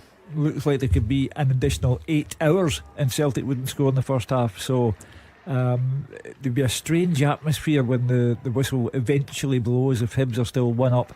10-man Hibs against a Celtic team who are misfiring all over the place. They definitely are dropping below their usual levels. But if you think of that Kyogo chance and so on, does that look like a team that's not going to score? When you say they could play for another 8 hours, I mean, that usually suggests to me a team that isn't getting in areas. I said before the game started that Celtic had amassed such staggering stats that you wondered how this could possibly come to an end. Well, football does throw up daft days, and the initial loss of Hatate, then a red card for Hibs, then a penalty for Hibs, and Celtic are misfiring, and it will be a very strange atmosphere during the interval at Celtic Park. You seen the difference, Hugh, that Rangers at Fir Park this afternoon? Very flat first half, come out, second half started great. Postecoglou, he's got the changes there if he wants to make them. I think that's a big ask for Hibs to hold on. Half time, Kelly, let's go and speak to Fraser Wishart. Yeah, half time, Kilmarnock 1, St Johnstone 0. You're here beside me, all the Kilmarnock fans on their feet applauding their team because they've been absolutely terrific, and the only surprise here is they're only 1 up. Totally dominated the game, chance after chance. They found Remy Matthews and St Johnstone goal in good form. They had a Vassell goal disallowed by VAR for handball by the big striker. Finally got their goal through centre back Joe Wright. All the chances in this first 45 were for Kelly. Early the 4th minute, young David Watson long throw fell to Lewis Mayo. His brave header was held on the line by Matthews. Then Dan Armstrong came close, a 20-yard free kick deflected off the wall, pushed away bravely at his post by Matthews. Then a free kick after good work was by David Watson, who was fouled by Liam Gordon. Armstrong blazed over, but the youngster Watson was very, very impressive on his full debut. Deutsch had a half chance, space in the box, took the extra touch to allow Considine to make the tackle. In the 19th minute, did have the ball in the net. Armstrong header was pushed over by Matthews, really good save, and from Armstrong's corner the ball wasn't cleared by St Johnstone. Loose ball fired into the net by Vassell. Celebrations, but then the dreaded VAR check, and Chris Graham sent to the side by Mike Ronconi, the VAR referee, went to the screen and disallowed it, we think, for handball by Vassell in the act of scoring. 28th minute, almost the opener for Kelly Brown with a short pass back with his head. Armstrong got his toe to the ball, dribbled agonisingly wide for the Kilmarnock supporters, just an inch or two going across the goal. They finally did get the goal in the 38th minute, a deep Jordan Jones free kick. I think it was misjudged by Remy Matthews. It looked like he actually left the ball thinking it was going out for a goal kick, but Joe Wright had other ideas. He came in at the back post to turn the ball into the net from close range. Only shot that St Johnstone had right on half time. The ball cut back to Melker Hallberg and he blazed over from 16 yards. They've hardly been in the game. Callum Davison's so unhappy. He's already made one substitution, Brown off and McLaren on, and I wouldn't be surprised they've been so poor if he made another couple at the break. But Darren McInnes, more of the same for him. Next goal here, critical. Kilmarnock 1, St Johnstone 0. Half time at Tannadice, David Friel. Half time, Gordon Dundee United 1, St Mirren 0, and it's a Stephen Fletcher wonder goal that has put United ahead at the break. By my reckoning, the former Scotland striker now has 180 goals for club and country. He's been a prolific striker over the years, but I don't think he'll have scored many better than this one in his long career. Only 3 minutes had gone when he picked up a clearance 22 yards out, took a perfect touch and then arrowed a volley into the bottom corner. Trevor Carson is a really good goalkeeper for St Mirren, but he had no chance. It was a magnificent strike from Fletcher. He's 35 now and it's summed up a really good start from United. Fletcher caused problems winning flick-ons, getting in the end of things, as his Behic was also really unlucky with a drive. After the first 20 minutes, I think St Mirren came into it a bit more, with a lot of pressure but not too many chances. Curtis made an opening in 24 minutes. His low effort was easily gathered by Mark Birighitti. They threatened from set pieces, but so United and Fletcher almost grabbed a second. I think Jim Goodwin will be the happier manager, Stephen Robinson not so much, but Goodwin doesn't have many attacking options on the bench, and you would expect St Mirren to come on strong in the second half. They'll be kicking down the Tannadice slope, but it's half time. Dundee United 1, St Mirren 0. Could be a big day that for Dundee United. No other half time scorelines to tell you about yet. 6 minutes added at Pittodrie, 8 minutes added at Celtic Park. Lots of delays there, and remember Celtic are trailing in that 1-10 man Hibs, so still no half time whistle there. Has it gone at Livy yet? I think it's 2-0 to Livy at the break against Ross County. So County would be the big losers, if you like, at the bottom today, if that was to stay the way it is, because Killie are winning. Dundee United are winning. Motherwell, of course, did lose earlier, but they had that extra cushion. And it is half time at Pittodrie, Dave Galloway. Half time, Aberdeen 3, Hearts 0. A great start by the home side. Good work by Shinnie. His driven cross was parried out by Clark, and Duke's effort on the rebound took a deflection on its way in. It was 2-0 after 21 minutes, and it was Duke at the double. A lovely glancing header from Pollock's cross. Smith lashed one over from the edge of the box at the other end after Civic, and Shanklin set him up, but Aberdeen made it 3-0 on 28 minutes. Clarkson swung in a dangerous free kick, which was converted by a thumping header from Pollock. frustration in the Hearts ranks. It was highlighted when Shanklin got booked for an off-the-ball flare-up with Pollock. The visitors carved out a chance from a corner, but Hill's header flew over the bar. They have tried hard to come back into things, but the Dons are well in command, to the delight of a big home crowd. It's been fast and furious, and at the interval it's Aberdeen 3, Hearts 0. What a scoreline that is, Hugh Keevins. Well, it's bizarre, but a great result, or a great scoreline for Barry Robson. This cements him as favourite for the job. They will wait till the end of the season because there's no need to rush into anything. But as Roger highlighted earlier on, this is 4 defeats in the last 5 for Hearts. The wheels have come off, and for Robbie Neilson, these are worrying times. He's got a tremendous injury list, and that hasn't helped, of course, but no one expects Hearts. This is a 3-1 defeat at Celtic Park, followed by a 3-0 defeat to Celtic at Tynecastle, and now they're 3 down by half time. That's 9 goals conceded in 2.5 games. And it doesn't help, as Ander Clark Scotland claims, does it, to be losing goals with that regularity, Hugh? It's half time at Celtic Park. Let's speak to Gabriel.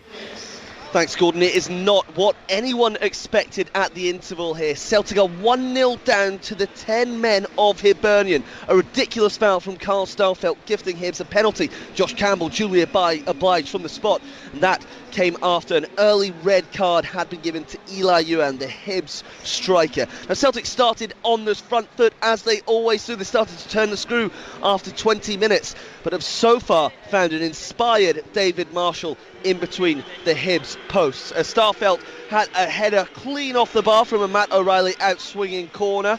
Then there was a huge save from Kyogo Jota, put the ball in. It was a typically improvised finish from the Japanese forward. He twisted his chest, it flew towards the goal, but a great save. Marshall clawing it out. Perhaps on the replay it suggested that Kyogo could have headed it. That was Celtic's best chance. Another great save made from Jota after the ball was cut back to him, and a big stop from Kyogo as well. Great performance from Marshall so far. Perhaps you thought it could be a collapse from the away side after their striker Eli Ewan was sent off after just 23 minutes. It was 2 bookable offences for 2 challenges on the Celtic centre halves. First of all, he left his boot in on Carl Starfelt. 5 minutes later, a high foot against Carter Vickers' head. Both could be deemed yellows, but Hibs will certainly claim it is harsh. You thought it was only going to go one way from there, but no. Starfelt gave Hibernian that massive lifeline for needlessly pulling Paul Hanlon's shirt in the box. Now, Hanlon was not too close to the ball. He wasn't in a seriously dangerous position.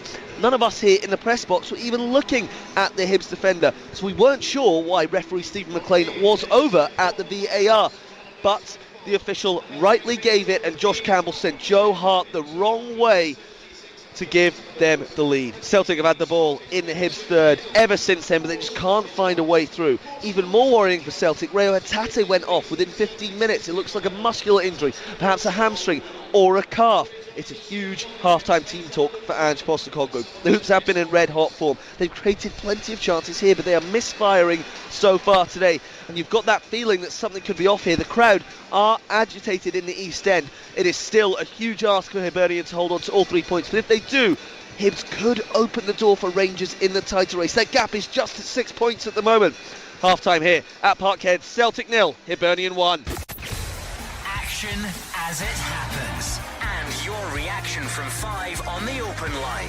This is Clyde One Super Scoreboard. It's been quite a day in the Scottish Premiership and beyond. Let's give you some half-time scores then from up and down the country. Of course, there is a full-time result because we had an early kick-off at Fir Park earlier on between Motherwell and Rangers. It finished Motherwell 2, Rangers 4. At the break, it's Aberdeen 3, Hearts 0, Celtic 0, Hibs 1, Dundee United 1, St Mirren 0, Kilmarnock 1, St Johnstone 0, and Livy 2, Ross County 0. In the Championship, Hamilton Accies 0, Ayr United 2, Partick Thistle 0, Dundee 0, Queen's Park 0, Inverness Cally Thistle 1, Raith Rovers 2, Cove Rangers 0. In League 1, Airdrie 4, Peterhead 0, Alloa 1, Clyde 0, Dunfermline 0, FC Edinburgh 0, Kelty 1, Montrose 0, Queen of the South 1, Falkirk 0. In League 2, Bonnyrigg Rose 0, East Fife 0, Dumbarton 0, Albion Rovers 4, Forfar 1, Annan 1, and Stranraer 0, Stirling Albion 1. Some English Premier League results if you fancy. Villa 1, Bournemouth 0, Brentford 1, Leicester 0, Southampton 0, Spurs 1, and Wolves 0, Leeds 1. The second halves are coming up next. Number 1 for football in Glasgow and the West. 0141 951 1025. Clyde 1 Super Scoreboard. The Clyde 1 Super Scoreboard podcast with Lookers Land Rover. Buy your next car or book your MOT, service or repair online. The Clyde 1 Super Scoreboard podcast with Lookers Volvo. Buy your next car or book your MOT, service or repair online. The winning team all season long. This is Clyde 1 Super Scoreboard. What a first half it's been in the 3 o'clock games. It was quite the eventful afternoon in the early game as well. Lots happening up and down the country today. We're back underway at some of the games. No changes, for instance, in the game at Tannadice. Dundee United 1, St Mirren 0 at the break. A potentially massive result there. No changes at the interval. Ange Postecoglou doesn't tend to hang around. Gabriel, is there any sign of anything at half time? No, nothing yet, Gordon. You would expect that he might make changes if nothing happens yet. That injury to Reo Hatate is massive for him. And don't forget that Iwata as well, not in the squad. He quite often will come on and allows Callum McGregor to push forward later on in games. Greg Taylor is actually out just now doing a solo warm-up, just making sure he's going to be ready for the second 45. Perhaps, we know he's not in the Scotland squad. He is playing through an injury maybe, but no, Celtic just doing their usual thing at half-time. I'll let you know if there are any changes, but a huge 45 for the Hoops if they want to maintain that 9-point lead at the top of the table. Well, if the score stayed that way, it would be the shock result of the season, bar none. 10-man Hibs, 1 up at Celtic Park. I said when Hibs scored, it had the look of a daft day about it. Hatate going off early. Hibs reduced to 10 men with a red card. Hibs take the lead after a monumental blunder by the king of monumental blunders at Celtic, Carl Starfelt. And now, what are his other monumental blunders, just out of curiosity? He's forever. Forever there'll be one that springs to mind. In the cup final, he had a fresh air swipe at the ball that almost let Rangers in for an equaliser. Almost conceding a goal is now considered a monumental blunder. Yeah, he is a poor player. In my estimation, he is a poor player. I wouldn't ask you to change your opinion, just testing it. As I say, in the era of VAR and cameras all over the place, how on earth do you think you can run around the penalty area holding an opponent's shirt and not be penalised for it? It was a penalty awarded for stupidity. A couple of weeks ago, Celtic were 1 down against 10 men away at St Mirren, and it finished 5-1. Gordon, now eventually, because this is just the way it works, eventually they won't get it right every time, because you just can't. Eventually your if it's your luck or your run, it comes to an end. But right now Ange Postecoglou will be full of confidence that he's shown that they can bounce back from these types of things. 100%. Hibs will come out with the same game plan, there's no doubt. Postecoglou will tweak 1 or 2 things in that dressing room, probably have a few angry words with 1 or 2 to up their game. Maybe the same what Michael Beale had a chat with his Rangers players this afternoon at Fir Park. They come out different pace, different tempo.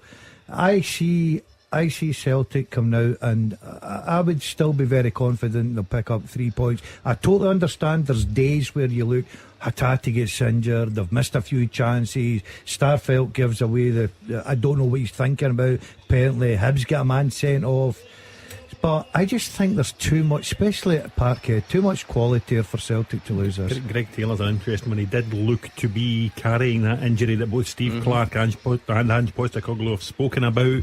Gabriel says he's back out trying. I just wonder if he comes off, is it a straight leg for like with Bernamy, or does O get thrown on? Any changes, Gabriel? No, Gordon. Greg Taylor is still out. He was actually speaking to Alexandra Bernabei a few minutes earlier. Perhaps that is something we might see after 15. Taylor does look like he's a little bit uncomfortable, but other than that, it is the same 11 that went in before the break. Hibs making them wait here. I'll give you a quick run through of the Celtic team once again. It's Hart in goal, Johnson right back, Cameron Carter-Vickers and Carl Starfelt in centre half. with Taylor left back, Callum McGregor and Matt O'Reilly midfield, joined by David Turnbull, early substitute for Rayo Hatate, Daison Maeda, Kyogo and Jota, the front three. Hibernian coming back out as well. Now, doesn't look like there are any changes for them. They're going to continue in this sort of 5-4-0 formation. Campbell, the most advanced midfielder, he's the one that's put them in front, and it has worked for them at the moment. You've got to say the Hibernian shape, despite the chance they've given up, is working. They're 1-0 up with 10 men here at Parkhead. A huge second 45 coming up, and it could have a big impact not only on Hibernian's season but on the title race as well. Referee Stephen McLean puts his whistle to his mouth, Josh Campbell over the ball, and we are about to get underway here at Parkhead. Clyde One Super Scoreboard. Goal flashes with Clyde Built Home Improvements. Buy now, pay nothing till 2024. Well, everywhere you look, it's all set up for quite the afternoon, because either Celtic are going to do what they usually do and storm back to win this, or we're going to see them drop points at home for the first time in what feels like an eternity. And then you would have to acknowledge the existence of some sort of title race. You look at Pittodrie, Hugh Keevins. Again, is there going to be a miraculous fight back from Hearts, or does this somehow get even worse for them? And as we've said already, Dundee United winning down at the bottom, Kelly winning down at the bottom. What a day. I think I can guarantee you that Hearts will not come back sufficiently well to get anything out of that game. They are 9 goals against in 2.5 matches now, and it's gone pear-shaped for Robbie Nielsen. Livingston, the marvellous Livingston, the marvellous Davy Martindale, the story just goes on, and that's a terrific half-time scoreline for them. Dundee United clinging to that 1-goal lead, and well done to them. But all eyes on Celtic Park. If the lead is 6 after today, and there are 2 Old Firm games to be played, then of course the league title race is back on again. You could not say anything other than that.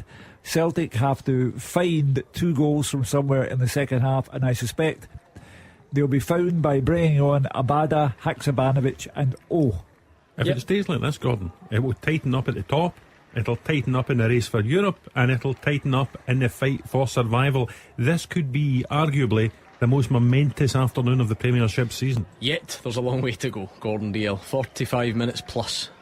Yeah, and I think it'll be a long 45 minute plus for everyone concerned with Hibs. I still, especially at Celtic Park, with the firepower, with the substitutions, I still think Celtic have got enough to turn this round. Dix had an effort from 30 yards, going for his hat-trick, pushed over by Xander Clark. Robert Snodgrass then clean through, but he drags the shot wide. Hearts would be looking for at least something to get a foothold early on, but they are 3-0 down. Incredible. I wonder what Robbie Nielsen's team talk was like. Bonnie Rose, Nellie's Fife 1, Alan Troughton. What is absolutely remarkable is that game apparently is in the 57th minute, and we've only just restarted at Celtic Park. That kind of shows you the VAR impact. We need to delay the open line to get the final whistle at Celtic Park. That 8 minutes added at the end of that incredible first half. We were at 4:10 before the second half kicked off. So if they add another 8 minutes at the end of the second half, it will be nearly home time. That just means even less time on the teaser, Hugh, so let's not hang around. Okay. And now just a quick note from our podcast sponsor Lookers, the new name for Taggarts across Glasgow and the West. We are proud to announce that Lookers is now the new name for Taggarts. Taggarts has been part of the Lookers Motor Group for nearly 20 years, and over time, being part of one of the largest multi-franchise dealer groups in the UK and Ireland, has helped Taggarts to provide a great customer experience, value and choice to their customers across Scotland, and that's something that will never change. And now, they've decided though to change the name above the door to move forward as one. You'll find the same great service and friendly faces you've come to know at their Jaguar, Land Rover and Volvo showrooms, working hard to give the best experience every time. You can now browse and shop online for your next car at lookers.co.uk and choose from thousands of used cars in stock with home delivery available. You can also discover the latest new car offers, book a test drive and book your next service online. Although the name has changed above the door, everything else is staying exactly the same, and you can still expect the same great service and friendly faces when you visit in store. Lookers, the new name for Taggarts across Glasgow and the West. The second half teaser with the scottishsun.co.uk/football for the best football news and opinion online.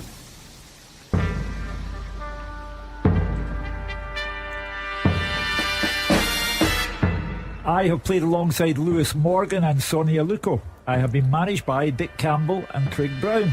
I have only ever played in one country, and I won the only major domestic cup final I was involved in. Who am I? So, played alongside Lewis Morgan and Sonia Luco, managed by Dick Campbell and Craig Brown, played in one country, won the only major cup final I was involved in. Who am I? Great question. At Clyde SSB, send your answer in. Gordon Dale's writing one down, and I'm going to do that thing that you hate, Gordon. I'm taking it away from you. If you've got that right, you've seen Hugh's bit of paper. There's no way you're getting it that quick. Has he got it right, Hugh? He's got it. Nah, I refuse to believe it. I'll fill the jigsaw in for you. No, don't, because you give it away. Incredible. Tell me, how could I see Hugh's bit of paper? I left, all kidding aside. I left because, see, I've got a secret to tell you. What? Look at him. Look at the face. I've done him. Look at that face. What's the secret? I had the questions in the office. And did you? Oh, he's the sound surprised. Look at Roger. Look at this guy. He is a professional liar. This is total news to me. Producers Chris and Michael came into the studio just before we went on air tonight and said, by the way, here's your teaser. You left that sitting at the table that the pundits were at, so do not start me. See that, Roger? I'm telling you, there's no credit whatsoever goes into it. Look his face, Roger. Look. You can't even deny it anymore. Shameless. Absolutely shameless. Anyway. You know, producer Michael caught him and when he was bent over the sheet and he pretended his back had gone. Oh, he said, Michael, on my back. On my back. I went too quick there. I said exactly. That's suspense. As if you could produce that answer in 5 seconds. To be fair, now I know the answer. It is very easy. Oh yeah, join the dots. Another quick Hugh's going, yeah, he's got it. Another handball check at Celtic Park. It was dismissed, so on we go. VAR check for we've now got a penalty to Celtic at Celtic Park. Carter Vickers, the man who was on the receiving end of the challenge that got the red card for Hibs, he's been pushed over in the box from a corner. So it's all about defenders. But here's the thing, getting a bit too much of each other. The best penalty taker at Celtic Park's not on the park. Aaron Moy. That's true, so who would take the penalty? McGregor? Well, we'll find out. Yeah, because you would have thought maybe even Hattati would have been the type that would step up. Hattati would be the next one to step up. Who are you looking at now? McGregor, Kyogo? I think Kyogo. If you get 26 goals for the season, I think if you're a skipper, you stand the up. Skipper's taking a couple. Did they miss his last one? Where have I got that from? Did he hit the post or something? What about Turnbull? Turnbull's a good striker of a ball. Turnbull does take penalties indeed. Yeah. I just wonder, I feel like Callum McGregor missed one at some point, but it's Jota that's going to take it. He's the only one we never said. Oh, he is indeed, yeah. Jota, and what a big penalty it's going to be, because this could change everything. And it's Paul Hanlon, would you believe? It's the guy who was in the receiving end. Defenders never seem to be learning their lesson, it would appear. And Jota steps up. Goal flashes with Clyde Built Home Improvements. Squeezes it under David Marshall. Jota with the penalty, and Celtic are level against 10-man Hibs. You cannot argue with the decision. If you criticise Carl Starfeld for folly in the box manhandling Paul Hanlon, you have to criticise Paul Hanlon for folly in the box manhandling Cameron Carter-Vickers. And by the way, it didn't get given after a VAR check. No. The referee identified it at the time and pointed to the spot. I think the referee, we need more referees to be sure of themselves. The referee was right on top of it. It's a clear, straightforward penalty kick, and it just gives the award. You want to answer that, Hugh? That's the Nokia. He was getting the VAR footage sent to his Nokia. My daughter asking if I want a lift at 6 o'clock. He's planning his escape route. But it was a Stonewall penalty kick, and I don't know what to. Oh, dear me. David Marshall must have thought he'd saved that. Tell you what, I've never seen him so delighted for the ball to go in the back of the net. Squeezed under David Marshall. Yeah, doesn't matter. It's the end result, back of the net. Celtic back in it. It's got to be a long 40 minutes now. Well, funnily enough, what did I say at half time? Just a couple of weeks ago, Celtic were 1-0 down against 10-man opposition, and they went on to win the game comfortably. Jota equalised in the 53rd minute that day, and he's equalised in the 51st today. One of the weakest penalties I've ever seen, and yet it somehow squirms under David Marshall's body. I actually think David Marshall's just very close to making a good save, isn't he? Yeah. He chucks himself, he commits early and chucks himself right across and just can't get there. There was no repeat of Serbia. No, I was just actually thinking November about that. He's 20. His record of penalties is very good, but it doesn't matter. Jota will not be caring about that. It's in the back of net. Now Hibs have got all to do. They'll just need to sit there and hope that they can hold out. But as I said at half time, I still was confident that Celtic would turn this about and obviously get more goals. A good haircut, Jota, hasn't he? Remind you of anybody back in the day, Gordon? Is that a picture of 80s Gordon Dalziel? Who sent you that, or did you just look it up? Did someone send you that? Yeah, Jota 2023 Daza 1981. That's not me, mate. It's you. No, it's not. Of course it's you. Who can't identify their own face? That is you. It's undoubtedly Gordon Dalziel. That looks a bit like Andy Kennedy. Is that a cup final jersey? How do you get by, honestly? It's 100% you. Let me see it even closer. Let me zoom in. I'll tell you what. No wonder I get married 3 times, Shuggy, looking at that. Yeah. Well, I was a ball. it's funny you say that. I was wondering what's down your shorts, but never mind. Just move Do you know on. the song? I was actually had a look at that as A well. bit close for comfort, those things. Yeah. Let me tell you. Anyway, it's a family show, and Celtic are level, Hugh. And They've been handed the escape route. Now, if you don't take it, then that's your fault. But they've been handed the escape route. Paul Hanlon, on a day of daft penalties, has given Celtic the way back into the game. It wasn't even remotely a good penalty, but it somehow squirmed under the body of David Marshall. I still think Ange Postecoglou will be removing 3 players from the subs bench shortly: Haksabanovic, Abada and Clyde are trailing again. Jim Duffy's men had pulled one back, but it's Alloa 2, Clyde 1. Murray Miller on 60 minutes there, so we're again a good 8 minutes ahead in some of the other games. Wraith Rovers 4, Cove Rangers 0, Dillon Easton. Bad day for Cove Rangers and for Hamilton. I wasn't very impressed with Dick Campbell's Arbroath last night, but somehow they got a point. And with Hamilton and Cove both losing, could turn out to be a good weekend for Arbroath. Yeah, and on Scotland Watch, you sometimes do this in the game before the international meet-up. It's not been a brilliant afternoon for Liam Kelly. I've got no idea if Xander Clark could have done better, but he's conceded 3. No news yet on Angus Gunn, but on more positive front, Shea Adams has equalised for Southampton against Spurs, so we'll take that. A nice counter-attacking move and finished off well from him. I think Xander Clark has done very well for Hearts, but there's no getting away from the fact he's lost 9 goals in 3 games now. Yeah, I think when you're a goalie, though, there has to be at least a basic level of examination given to, are any of them his fault? I don't know the answer for today. I'm thinking back to the Celtic I said right games. away at the start of the programme today, and I really believe it to be the case. Angus Gunn was always going to play no matter what. No, that may well be the case, but particularly against. I agree with you, because I watched Angus Gunn losing a really bad goal against Huddersfield. Waghorn, it was, ex-Rangers player. He was in no man's land, what he was doing out there, and he just chipped him easily. I'm with you right enough, but I do agree that probably Angus Gunn will start in goals for Scotland. Here's a scoreline: 63 minutes gone. Airdrie Onions 6, Peterhead 0.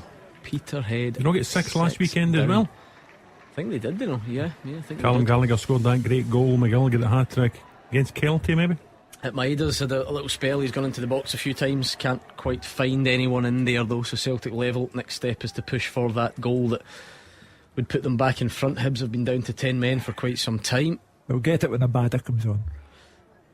A clean sheet for Angus Gunn so far, Hugh, up against Jacob Brown and Stoke. I told you the manager believes in English-based players first, and then he'll take Scots if they're like Callum McGregor. But Gunn was always going to be given that chance and just cement him as a Scotland player. Thistle 0, Dundee 0, Nervy at Firhill, big promotion, 6-pointer, Gordon. Yeah, need a breakthrough in that one. It feels like Hearts are having a few more chances now. Shankland through, but Scales with a block out for a corner. Lawrence Shankland and Michael Smith have been exchanging some harsh words, which you would expect because Hearts are 3-0 down at one of their closest rivals. Well, Shanklin's still a captain, yes. They are a close rival now, down to 4 points, Daz. In that race for third place. Aberdeen are sneaking up in the rails. If it stays this way. If it stays this way, Hibs versus Hearts still to come before the break. It's not in the bag the way we thought it was going to be in the bag for Hearts. It'd be a good day for Livingston. Drop into the top 6. St Mirren drop out. If it stays this way. Yeah. So St Mirren need to get something back very quickly at Tannadice. Gone off the boil right at the wrong points in Mirren, haven't they? If they don't turn that round today, it's only 1 win in 7. It's a strange league. You can win one game in 8 and still be in the top 6. Huh. Oh, let's check in on that teaser actually. The one I've got. Sorry, quickly change. Abada and Bernaby on. So Greg Taylor, we did suspect he does have some sort of issue. It's keeping him out of the Scotland squad. He was fit enough to play today, right enough, but not to finish the game. So Abada and Bernaby are coming on for Celtic. Interesting to see. Does that signal the removal of Kyogo? Well, I really would think that a man with 26 goals should be kept on the park as you're looking for the goal that would secure victory. They just have so many wide options now that they don't do that too often. You know, if he's going to change two of them, it's usually Haksabanovic and Abada, or whatever the combination would be. I don't think is yet up to speed to be left on his own up front like that. Could it be O'Reilly perhaps coming off and right up top with Kyogo, almost a 4-2-4? Taylor, O'Reilly and Maeda off, so just a bit of a change in approach. 4-2-4 if you like for Celtic. Triple change for Ange Postecoglou on that hour mark. They're certainly going for it. 4 up top, 2 in the wide areas. Kyogo maybe just playing that off the number 10 role, just drop off a little bit, cause a bit of problems. Seen him do it before, haven't Yeah, that might be the case here. They're obviously going to try and stretch Hibs with plenty of width. Abada and Jota, obviously. That's a very attacking lineup now. You can hear the bugles blowing from Celtic Park, even above the noise coming from Hugh's Nokia. I've switched it off now. Taylor has scored for St Mirren, but it's offside, but it will be checked because they all are, so we'll wait and see. Remind us of your question, Hugh, that Gordon DL shamelessly lied about. Yes, I have played alongside the Lewis Morgan and Sonia Luco. I've been managed by Dick Campbell and Craig Brown. I've only played in one country, and I won the only major domestic cup final I was involved in. Who am I? Alan thinks it might be Scott Allen. No. Des Roach thinks it might be Nicky Lowe. No. Okay. Daisies thinks it's Darren Mackey. No, it certainly I is can not. see the theme that some of you are going on here. And Stephen Joyce wants to throw Kirk Broadfoot into the mix. No, throw him back out. Okay, keep your guesses coming. Nearly scores with his first touch. Kind of relatively difficult to take on the volley. Kind of sclaffs it wide is the description. But looking to make that instant impact. Maybe he just comes at him a bit quick, and there's not. I don't think you would hold that one against him, Gordon. No, not at all. I thought that Starfelt maybe do a little bit better with the header, but no, I think it's not even a half chance, Gordon. You'd actually congratulate him if he got that on target and scored, but Celtic starting to crank up the pressure a little bit. Can Hibs still another 30 plus minutes? That'll be like a calendar, not a clock. Well, Celtic Park. The truth is, the pressure has always been there, hasn't it? It sometimes feels like, when a team, particularly our dominant teams, when they don't score, there's this air of crisis. But let's remember that Hibs are only got their one goal because of, it was a throw-in and it was a penalty. We've not seen Hibs in an attacking sense, and then the red card makes it even harder for them to do that. Well, they came there with a game plan that the way they set up a point they would have been over the moon with. All of a sudden they got a lifeline with Starfelt's silly decision making, got them 1-0 at half time.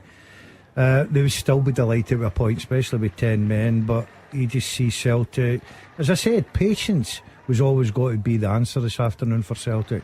They are a patient team. There's times when they know just when to knock it about and move people out of position.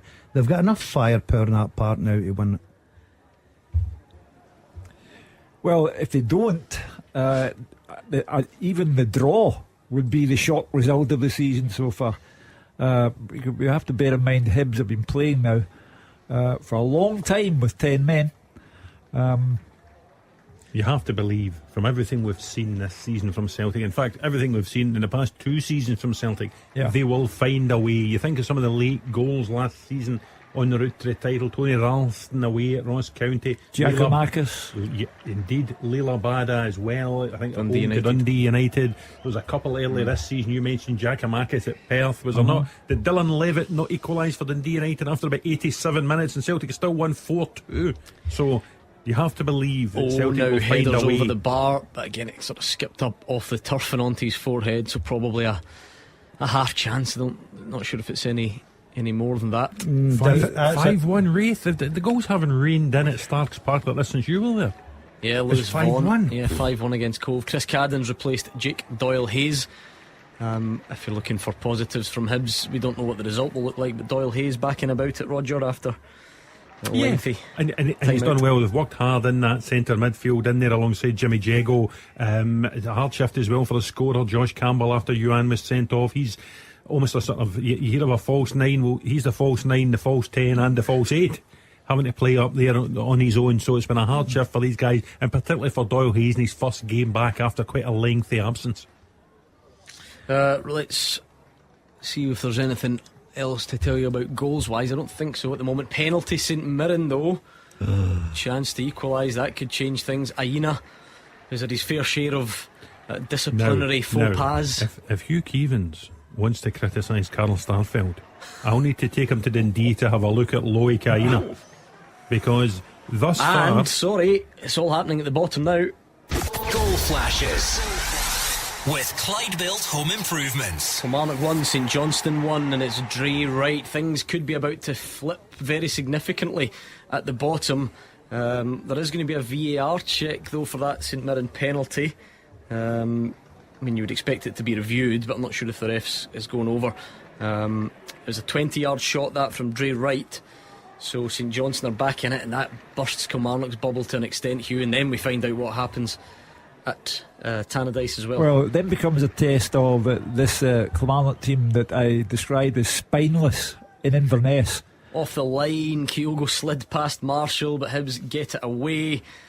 That St Johnstone goal counts as well. Well, a real tough shift now for the Kilmarnock players. They have to show some backbone now.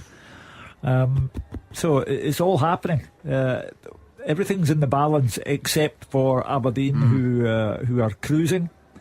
But elsewhere, who knows? Well, Livy are now 2-1 up, so Simon Murray, you just wonder what's going to happen down the bottom if these games continue to be as dramatic as this. There could be momentum shifts all over the place, but we are still waiting to see if the St Mirren penalty award is going to stand. So it might be the case that doesn't happen, so we'll have a look there. But Simon Murray, ref has flashed 4. Who takes the penalties? O'Hara? Yes. And he's just signed a new contract? Yes, and he's the captain, and he's usually very reliable. You know what that means? Yeah, we miss. I don't even know if the award's going to stand. Celtic coming within 2 inches, an inch of taking the lead there, hacked off the line. But Kyogo's finish, David Marshall beating all ends up, but still the clock runs down, and still it's 1-1. It's a tense afternoon. Gabriel must be witnessing sights and sounds at Celtic Park that haven't been heard for a while. Tension and anxiety in every seat. Yeah, without question. So? You think so? Still quite a while for you, isn't there? If you add on time, they're probably about 25 minutes still to go, Hugh. Yeah, 25 minutes. It'll be half an hour if you add on time. But I would say to Celtic you, Park's a long time. Of course, but in response to you, I would say Celtic have been unconvincing and misfiring, and even the penalty that they scored with. But Hugh, at what point are we going to acknowledge that you do say this all the time and they always score? And now one day you'll be right, but are you just going to keep committing to this until that day? Without doubt. At least we're honest about it. Mark O'Hara steps up from the penalty spot. Goal flashes with Clyde Built Home Improvements. And how quickly things can change down the bottom. Dundee United and Kilmarnock both on course to win their matches, and quick-fire equalisers from St Johnstone and Gordon. St Mirren respectively. If you're Malky Mackay, it's been a very good 5 minutes, because your 2 relegation rivals who were leading have now effectively dropped 2 points each, and Simon Murray's off the bench to give you a sniff of something at Livingston. And you've got to acknowledge the reality of it, Gordon. If you're a Motherwell fan as well, you're probably thinking, well, I'd take that. You take Kilmarnock not winning and Dundee United not winning. But again, there's still time for those teams to get back in front. Yeah, especially with both teams at home. So it'll be interesting the next 30 minutes or so. Twists and turns. We'll get this right up until probably the last kick of the ball, because I think it's so tight down there. Teams can go in runs of a couple of games wins. It takes them out, and then they get dragged back in.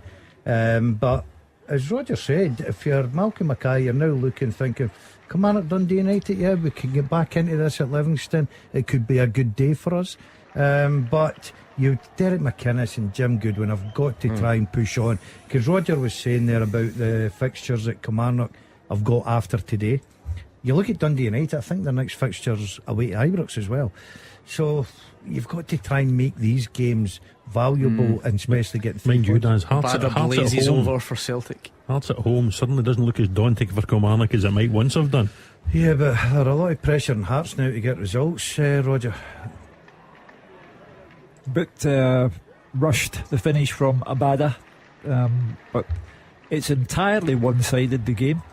3/4 of the game have gone, and now it really is squeaky bum time.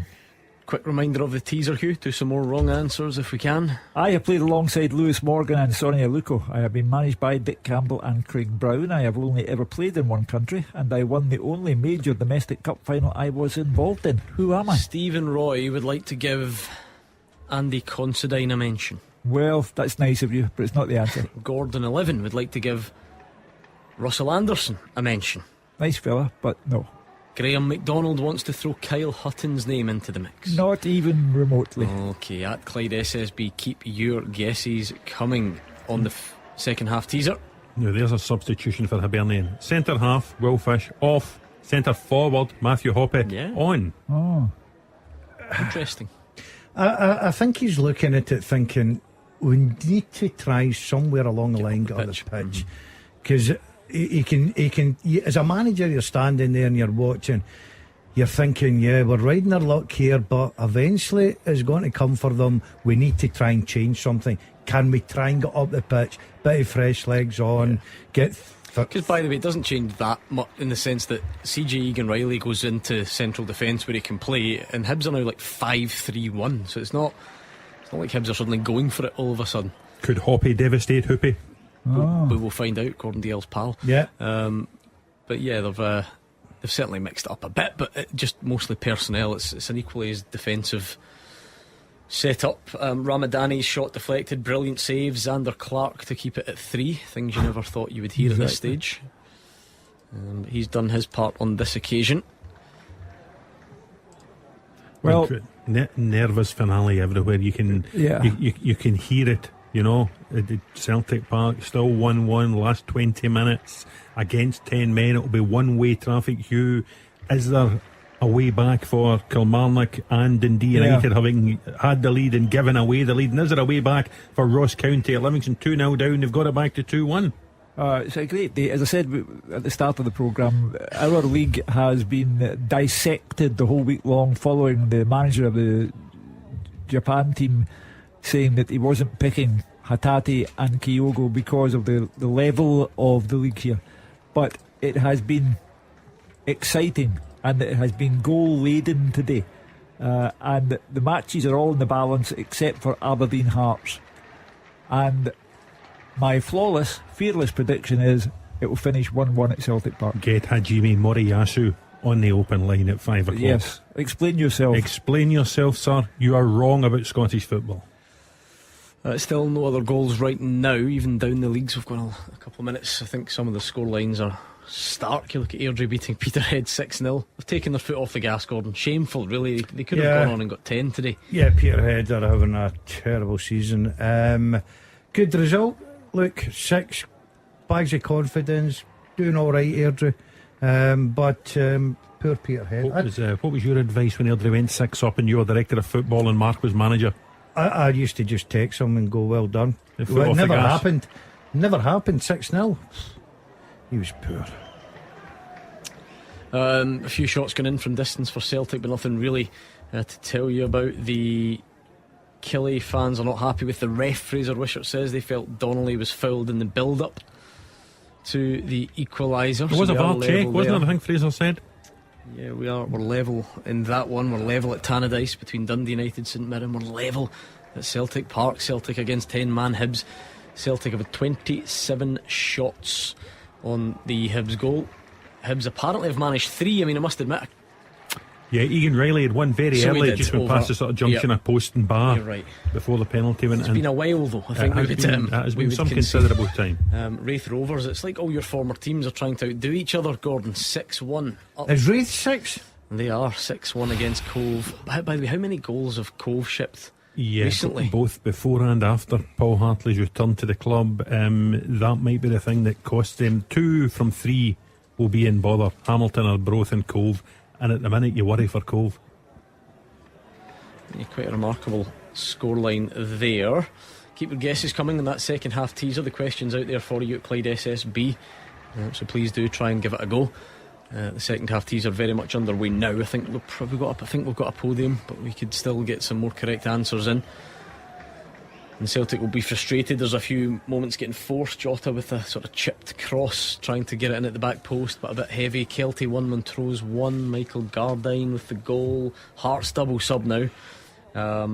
Halliday on. Humphreys and Grant on for Ginnelly and Cibic. There's another VAR check for Kilmarnock because the ref gave a foul on Danny Armstrong, and they're going to check if it was in the box. Now remember, because we keep getting these things wrong and everyone kicks up fuss, the ref will not go and check that on the monitor. It's supposed to be factual. Is it inside the box or is it not? The answer is no, so no penalty this time. I know you like a look at Scotland matters. The likes of John McGinn starting for Villa, Aaron Hickey starting for Brentford, but no Nathan Patterson anywhere in the Everton squad for the 5:30 kick-off at Chelsea. Just wonder what that means for this double header with Cyprus and Spain. Because he had come back, hadn't he? Aaron Hickey in the driving seat. I would have said so on this probably evidence. Would have been anyway, but yeah, one to watch out in the coming days, I am sure of it. Liam Cooper fit, but only on the bench for Leeds today, not used so far. So is Liam Cooper still captain? Yeah. You very rarely get through international weeks like this without people pulling out anyway. It seems to be commonplace. Yeah, it's a big week for the players.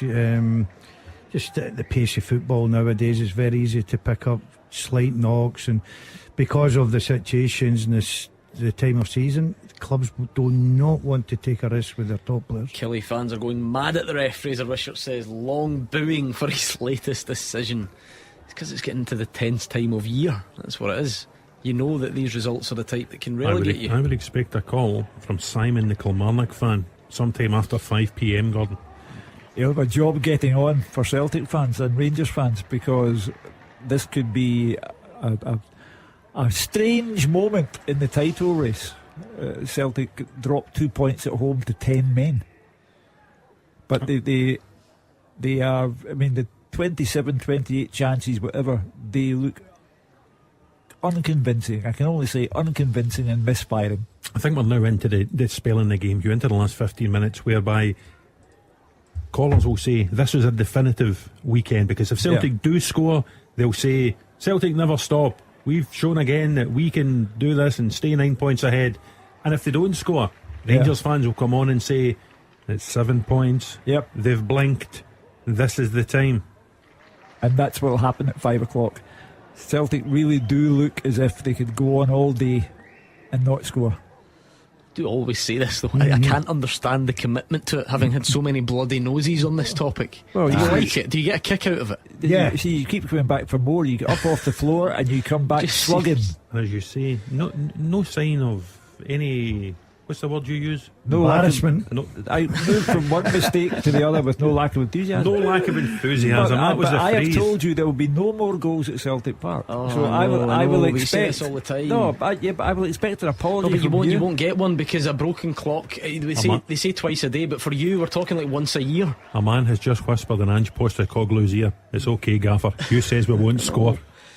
But then he'll get accused of it being reverse psychology or whatever that is. Let's just knock it in the head. Look, there's 15 minutes left. We'll find out what happens. We don't need to predict it right now. There is literally no requirement for any of you to do so. We will find out. Paul Hanlon was down taking some medical treatment, but I think he's going to be okay.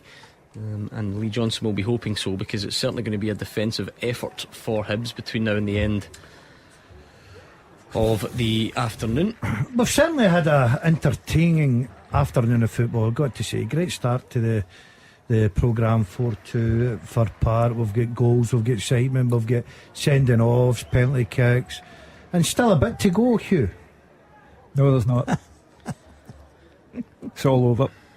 4-2 and 1. Ben Armour again. The difference in the games, some of these games are nearly finished, but we're a good bit behind at Celtic Park. What was the other one? Was it Pittodrie? And there was one of them that was a bit behind. It might have been Kilmarnock, I can't remember. But what about the Harry Ragshoe? Is there a late goal at Firhill? Thistle 0, Dundee 0. You can feel the tension all the way along the road. I'd like to think so for Chris Doolan. Done well. I'd like to see the Jags back up. Number 17 bus from my house to Firhill. Yeah, Championship's a mad league as well. We saw Queen's that. Park's running away with that now. Yeah, turned it round as well today. 1-0 down at home to Caley Thistle. 2-1 up now. I think Grant Savoury and Stephen Eze.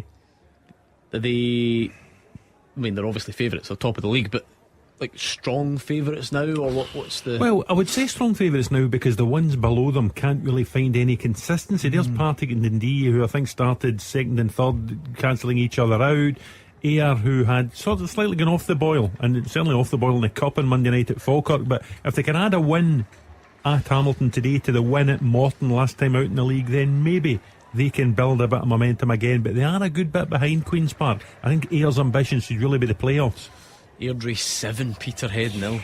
A Callum Gallagher hat-trick. Scored one of the goals of the season last weekend. A wonderful effort. If you've not seen it, do your best to go and find it. And just a 3 for him this afternoon. You wonder in his management career if Davy Robertson thought he could get any worse than Kashmir. And then he goes and finds his Peterhead side 7-0 down at Airdrie. I'll tell you, I'd like to be in that dressing room watching that after the game. They're struggling, Peterhead, and they're really, really struggling. And this is where it's not easy for managers, because every decision gets picked up on. Fraser Murray and Alan Power have replaced Donnelly and Jones. And some boos now from the Kelly fans at Jones being subbed. So Derek McInnes needs to hope that they...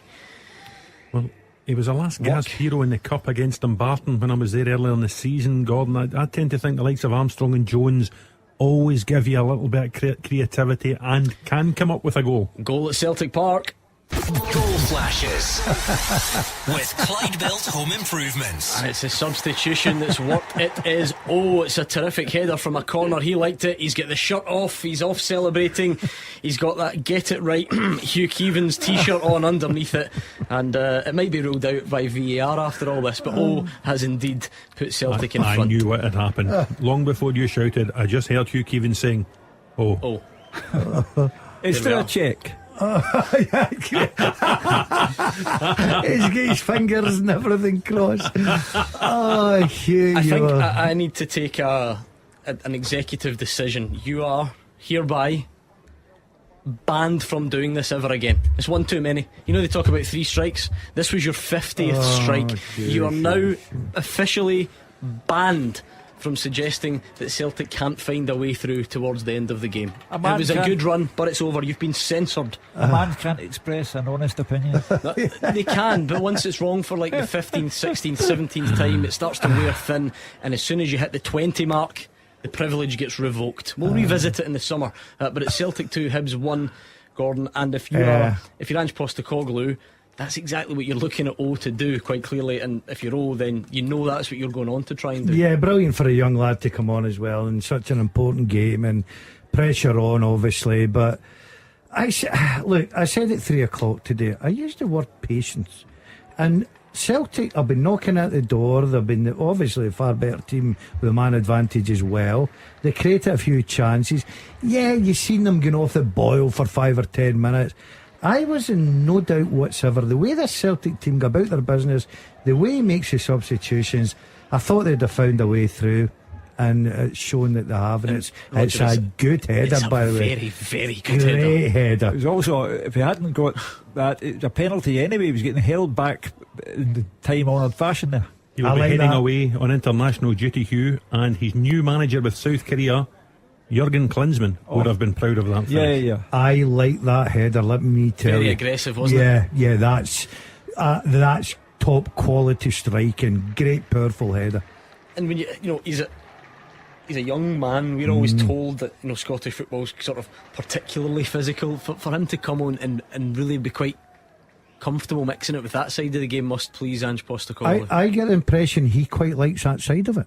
You know, you seen that there. A defender had him.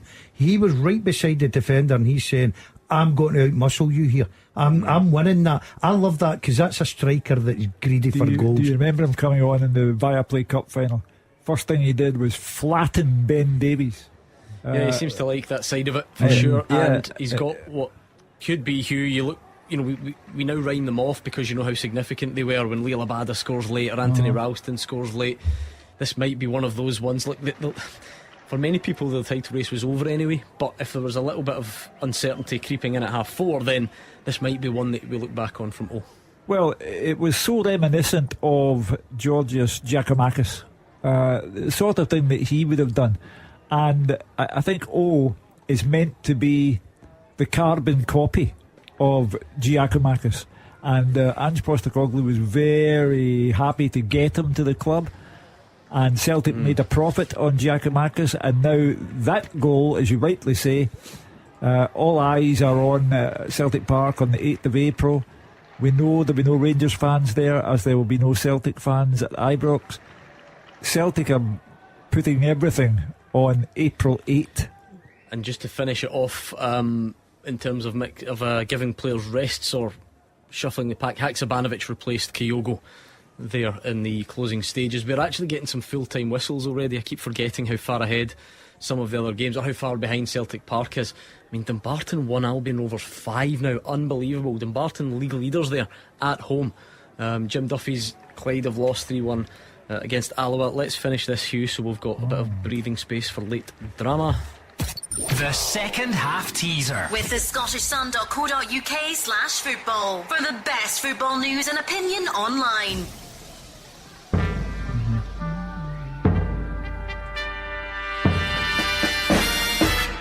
I have played alongside Lewis Morgan and Sonny Aluko. I have been managed by Dick Campbell and Craig Brown. I've only played in one country, and I won the only major domestic cup final I was involved in. Who am I?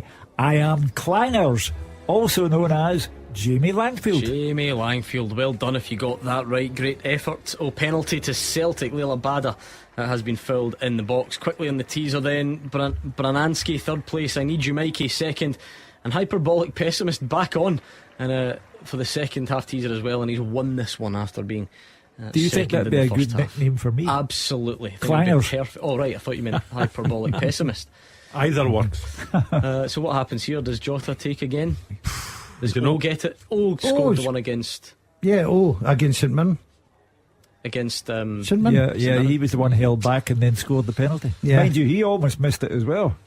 I've got to say, I was thinking that Hugh wasn't a great penalty, but the boys just scored a goal. It's in the back of the net. It's exactly. A great penalty. When did we start worrying about golfing who buddy? Almost misses penalties? I am saying if I was I'd be taking that penalty kick. This means if he scores, you can say, dear. St Johnstone are now going mad at referee Chris Graham. The refs coming over to the monitor. So is that penalty now not going to be given for Celtic? My goodness, what a day it's been. Gabriel, to be fair, says he doesn't think it's a penalty, so maybe the ref will outside. Is it outside the box? Overturn that one. No, it won't be that. If the ref's gone over to check, it will be something else. There's a suggestion. Some people feel that Liel Abada tripped himself, or he sort of kicked the ground or whatever. So the referee's gone over, which usually means they change their decision, and that's never a penalty. That's not a penalty. So we have to be fair. Liel Abada just seems to kick the turf. I can understand that though, Roger, because he's quick, right? He's running so fast, and as David Marshall gets to him, you just think you see the contact, but he's just down already. So I get that, because you can watch it in slow motion. But he went down before David Marshall got there because he stumbled and he kicked the ground. So No penalty. Celtic 2, Hibs 1 in the closing stages. Jota was going to take it. He had the ball in his hands, ruining a good line. To be fair to the referee, perfect decision. I can see why he pointed to the spot, because if you're running behind that, you think that's a penalty kick. But perfect decision. Or is it result of the weekend? Queen of the South, the Palmerston Pep, they've got the win against Falkirk. They've beaten a team that's going to Hampden. Yeah. This must be a new high for Marvin Bartley's managerial career. Do you know, it's funny because he was in here, and I can say this now because I wouldn't want to dig out a private conversation before the event, but he said to me, and fair play to him, he said he thinks they'll be absolutely fine against Falkirk. He says because Falkirk try and play football and that will suit them and they'll get something. They've gone and won the game. He says where they're struggling is maybe if the teams are a bit more streetwise, a bit more physical. So actually he's called it perfectly and won. And now every other manager in League One knows how to take on Queen of the South. Billy Dodds will be noting that. Give him a phone. Right, full time at Kilmarnock. Let's speak to Fraser Wishart. It is Kilmarnock 1, St Johnstone 1. Ref leaving the field to a few boos, as I said earlier, from the Kilmarnock supporters. Plenty of yellow cards, plenty of controversial decisions, but in the end it's a point apiece, and I think that share of the points seemed really unlikely at half time. Kilmarnock completely dominated the first half, only the Joe Wright goal to show, but they did have a goal chalked off by VAR and a series of good saves by Remy Matthews to keep St Johnstone in the game. Kilmarnock first 45, Matthews a save, made several excellent saves. His best was turning away, and Armstrong deflected free kick, touched the wall, and he touched it over the bar, and then he pushed the winger's header over the bar from close range, and from that corner Armstrong swung the ball in. Kelbisell fired the loose ball into the back of the net after a long VAR check. Ref Chris Graham went to the side of the pitch and disallowed the goal for handball against Vassell. Killie did take a deserved lead. 38 minutes, a deep Jordan Jones free kick. This time Matthews, I think he misjudged the ball. It looked like he actually left it thinking it was going out for a goal kick. Joe Wright had other ideas and got in at the back post and just turned it home from close range. So Johnson really showed nothing in the first half, immediately better in the second. Dre Wright with a 20-yard shot parried by Walker. That was their first shot on target. Then Joriel Dorset had a brilliant block to stop Mika Hallberg from equalising. Then at the other end, another long VAR check for Kilmarnock. This time a Jones corner. Joe Wright again in at the back post. His header seemed to hit a couple of bodies. Matthews was there as well. VAR Mike Ronconi said no handball, much to the annoyance of Derek McInnes and the Killie fans. Jones then tried his luck from 30 yards. He saw his shot inches wide the right hand post. And as the game wore on, you could just feel that Kilmarnock and the supporters coming a wee bit more nervy, the players coming a bit more cautious. And really no surprise when St Johnstone did equalise in 70 minutes. Liam Donnelly caught in the ball by Zach Rodney, drove forward. He shot rather than passed the ball, but as the ball fell to Dre Wright, he fired a terrific 25-yard shot. It was a brilliant strike by the wing back, low past Walker into the net. Derry McInnes and the fans furious. They thought Donnelly was fouled in the build-up, but again VAR checked and said no foul, and the goal stood. And really just was touched into stoppage time. Kilmarnock sub Fraser Murray almost won what would have been vital couple of points for his team in this relegation battle on 90 minutes. He cut inside from the left, low curling shot was tipped wide at full stretch by Remy Matthews. Said earlier, full time boos for the referee. I think Derek McInnes were really disappointed that his team couldn't push on and grab all 3 points, but Callum Davison, I think he'd be delighted with a point after being so poor in the first half. Full time at Rugby Park, Kilmarnock 1, St Johnstone 1. Well, I'm not sure that necessarily suits Kilmarnock, but it's another point on the board, and it's the first game finished this afternoon. 5 minutes added at Pittodrie, but that one is over. I think we can say that. 7 added on at Celtic Park. So, I mean, it's not over, it's a tight scoreline, but it's going to take Hibs to get into the Celtic half. Something we've not seen in, I don't know, an hour, maybe more. Highly unlikely. Just looking at some of the English scores as well. Southampton 3, Spurs 3, Wolves 2, Leeds 4. I think match of the day might be better than it was last week. Yeah. Who's doing it? I thought that's why your Nokia kept I did wonder where Mark Wilson was this afternoon, so you never know, maybe he's had a better offer. I hope so. Do you think if he's on match of the day with Gary Lineker, he'll wear that shirt that he wore in Sports Scene? Well, remember that, the sort of shimmery silver number? Oh, that was grim, wasn't it? I think he's still got it. I think it still fits. I think he's got it in holiday with him as we speak. Is he away, is he? He's away on holiday, he's away sunning himself. He's good to himself, isn't he? Very good to himself, yeah, he's quite right. Celtic legend, you know, about the 15th best right back in the history of the club. Deserves all he gets. But just after your pal Shadow Ree, he was a good player. Still waiting on the next full-time whistle. They're a bit spread all over the place because different length stoppages. I'm trying to think what should be next. I think Tannadice perhaps should be next, maybe Pittodrie. If that stays the same, Dundee United and Kilmarnock will be disappointed. Yeah, kicking themselves, won't they? Yeah, at home, taking the lead. They know they've got very hard fixtures coming up. Got to capitalise. They gain a point on Ross County, I suppose. If that, if you take anything from that, I mean, it would move. It would, psychologically, Killie would be out of the playoff spot, and Ross County would be in it. That's a fair point. That's but any. But their away record's dreadful, and Fraser and Roger read out their next fixtures, and you're wondering where their next victory's got to come. That said, Ross County's next game's at home to Celtic, so. Yeah, and United hit the post actually in stoppage time there as well, so that would be maybe starting to get the feeling of the one that got away, having done so well to take the lead early on. Good win Stephen for Fletcher. Livy though. That should take them back up towards into the top 6, does it, Gordon? It is, yeah, top 6. They'll be happy. A winner for Nicky Devlin in a week when David Martindale. No, yeah, it does. Yeah, it does. Sorry. 39 against 38. You're right. It certainly enhances Nicky Devlin's appeal to other clubs. David Martindale talking through the week, he's sort of given up hope of keeping his captain beyond the summer when his contract expires. He's been a good player for Livingston, and he's got a winning goal this afternoon. Yeah, I passed him at Livy a couple of weeks ago and suggested he should just go back to where it all started at Fir Park. I don't know if that would be achievable, but he's probably going to go somewhere. And he'll be in demand. You always sort of see Dundee United mentioned for some reason, Roger. Yeah, well, he's been down south. But whether I don't know whether he would necessarily want to get down south again. So Dundee United might make sense for him. As Hugh mentioned earlier on, David was. Yeah, very good point. But Hugh was making the point earlier on about Livingston's average wage each week.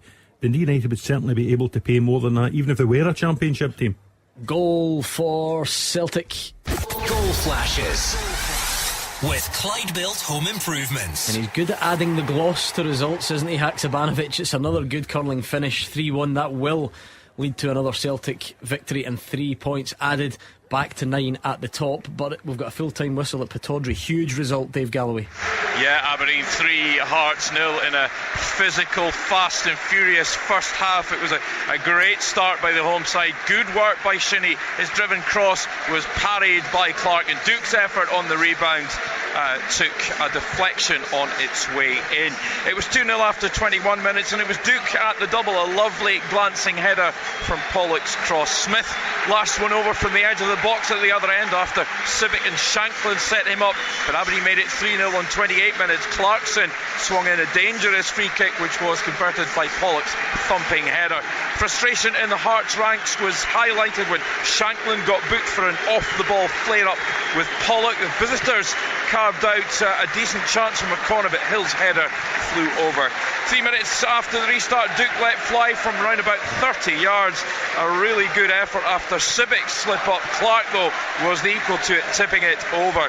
Snodgrass passed up an opportunity to pull a goal back when he got clean through, but his effort crept just wide. Pollock almost made it 4-0 with a back post header from a corner kick. Clark doing well to turn the ball behind. In the second half, to be fair, Hearts did look substantially improved. Ginnelli, though, couldn't connect with his header when well placed after Forrest's cross into the area. A fiercely competitive game, this one, and the ref flashed 4 yellow cards when tempers boiled over following Hill's challenge on Duke. Some save of the match came from Clark. A brilliant stop to claw the ball away to deny Ramadani's deflected drive from outside the area. Overall, an entertaining encounter watched by a crowd of over 16,000 fans. You can hear them in the background there. Aberdeen then cut the gap on third place to 4 points. It's finished Aberdeen 3, Hearts 0. Incredible result, Hugh Keevins. Yeah, and an incredible crowd. 16,000. I go back to the point because I believe that we need to labour the point. The league has taken a battering because the manager of Japan left out Reo Hatate and Kyogo. But the league has responded today. We've given us great entertainment, goals and excitement. Full time at David Friel's match, Dundee United St Mirren. Full time, Gordon. Dundee United 1, St Mirren 1. I think it was yourself that said this might be one that got away for Dundee United, and after an incredible injury time, it certainly was. They had 3 chances to win this game. They fluffed every single one of them. Jim Goodwin with his head in his hands. This was a major chance missed. Handshakes all round, but I don't think either side are happy with a point. St Mirren are slipped out of the top 6. Dundee United's long search for league win continues. They haven't won the league since January 2nd, but they should have really won it at the death here. Stephen Fletcher gave them lead. Mark O'Hara cancelled that out from the penalty spot. As for United, they do cut the gap to Ross County to 2 points, but it should have been so much more. As I said, United started well. Fletcher had that volley from 22 yards. The ball came out of clearance. Great touch, and he found the bottom corner. He had another chance. St Mirren were pretty poor, but then they started to come into it midway through the first half. Curtis Main probably their best chance of that first 45, but he fires straight at Mark Birighitti. We did think it would be tough for United in terms of their squad depth. They suffered a blow. Paul went off injured. Jamie McGrath went off injured. After that, they really toiled. Richard Taylor, the goal, ruled out for offside, and then came the penalty equaliser. Loic Aina, he is a bit rash. He took out Curtis Main. Mark O'Hara, after a lengthy delay, kept calm and just stroked it down the middle. We thought St Mirren would go on and try and win it from there, but it was actually United. Matthew Cudjoe had a shot saved. Kai Fotheringham with Trevor Carson grounded. This is all in injury time. Failed to hit the target, and then finally Ilmari Niskanen. The goal was gaping for him. All he had to do was hit the target, and he blazed over the bar. Jim Goodwin looked absolutely crestfallen at that point. He's clapping the fans just now, but this was a real chance missed. Full time, St Mirren 1, Dundee United 1. It's finished at Celtic Park, Gabriel. Yes, Celtic 3, Hibernian 1, but it was far from easy. Huge winning goals from Alt and Sead Haksabanovic with less than 10 minutes to play. Completed the comeback against the 10 men of Hibernian. It's a massive win that maintains Celtic's 9-point lead at the top of the table. The Hoops started on the front foot as always, but they found an inspired David Marshall in the Hibs goal. Starfelt had a header off the bar, and then Marshall made huge saves from Jota and 2 from Kyogo, all within the first half. You perhaps thought the visitors might collapse after their sole striker Ila Yuan was sent off after just 23 minutes. It was 2 bookable offences for 2 challenges on the Celtic centre halves. Both could be deemed yellows, but Hibs will certainly claim it's harsh, especially so early. Then Carl Starfelt gave Hibernian a massive lifeline out of nowhere. He needlessly pulled Paul Hanlon's shirt in the box, even though Hanlon was nowhere near the ball. The VAR sent Stephen McLean to the monitor, and the referee rightly gave it. Josh Campbell then sent Joe Hart the wrong way. So 1-0 Hibs at the interval, and a huge half-time team talk required by Ange Postecoglou. Less than 10 minutes into the second half, it was a stonewall penalty. Cameron Carter-Vickers bundled over by Hanlon. There was no Aaron Moy and no Raya Hotato in the park, so Jota stepped up. It wasn't convincing, but he squeezed the ball under Marshall, who'll be disappointed he didn't keep it out. Celtic had all of the ball in the Hibs third, but they couldn't force a clear opportunity. Ibada blazed over. Jota put plenty of balls in the box that found no one.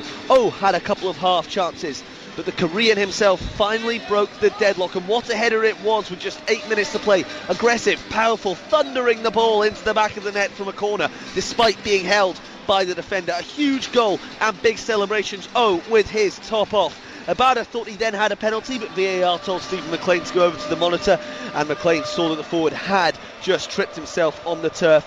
Haksabanovic sealed the win in stoppage time. A lovely curling finish, and you can hear the Celtic fans celebrating on the far side away from me now. Hibernian dropped down to 5th place with their defeat. They'll be sore after coming so close to holding on for a valiant point.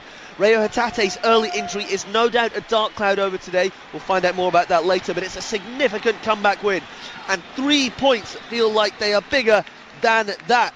Celtic are 9 clear with 9 to play. Full time at Parkhead. Celtic 3, Hibernian 1. Now it's over to you. 01419511025. What a day it's been. 6 Premiership games, all done and dusted, and no shortage of talking points. If we start with that game there, Celtic fans, how important a victory was that for you today? Were you worried at any point? Did you always know it was going to come good? Maybe you want to praise O for getting the goal that set you on your way to that victory. There were some big talking points. Starfelt gave away a penalty. Hibs had a player sent off. So any of the above or anything else, it's 01419511025. And that's just one game. Go back to Fir Park. 6 goals, a couple of tight offside decisions, a sending off for Motherwell. Rangers had cut the gap to 6 briefly. It's now back at 9. Huge win for Hearts. Not a great deal changing at the bottom. It's all happening, so why not give us a call? 01419511025. The open line is next.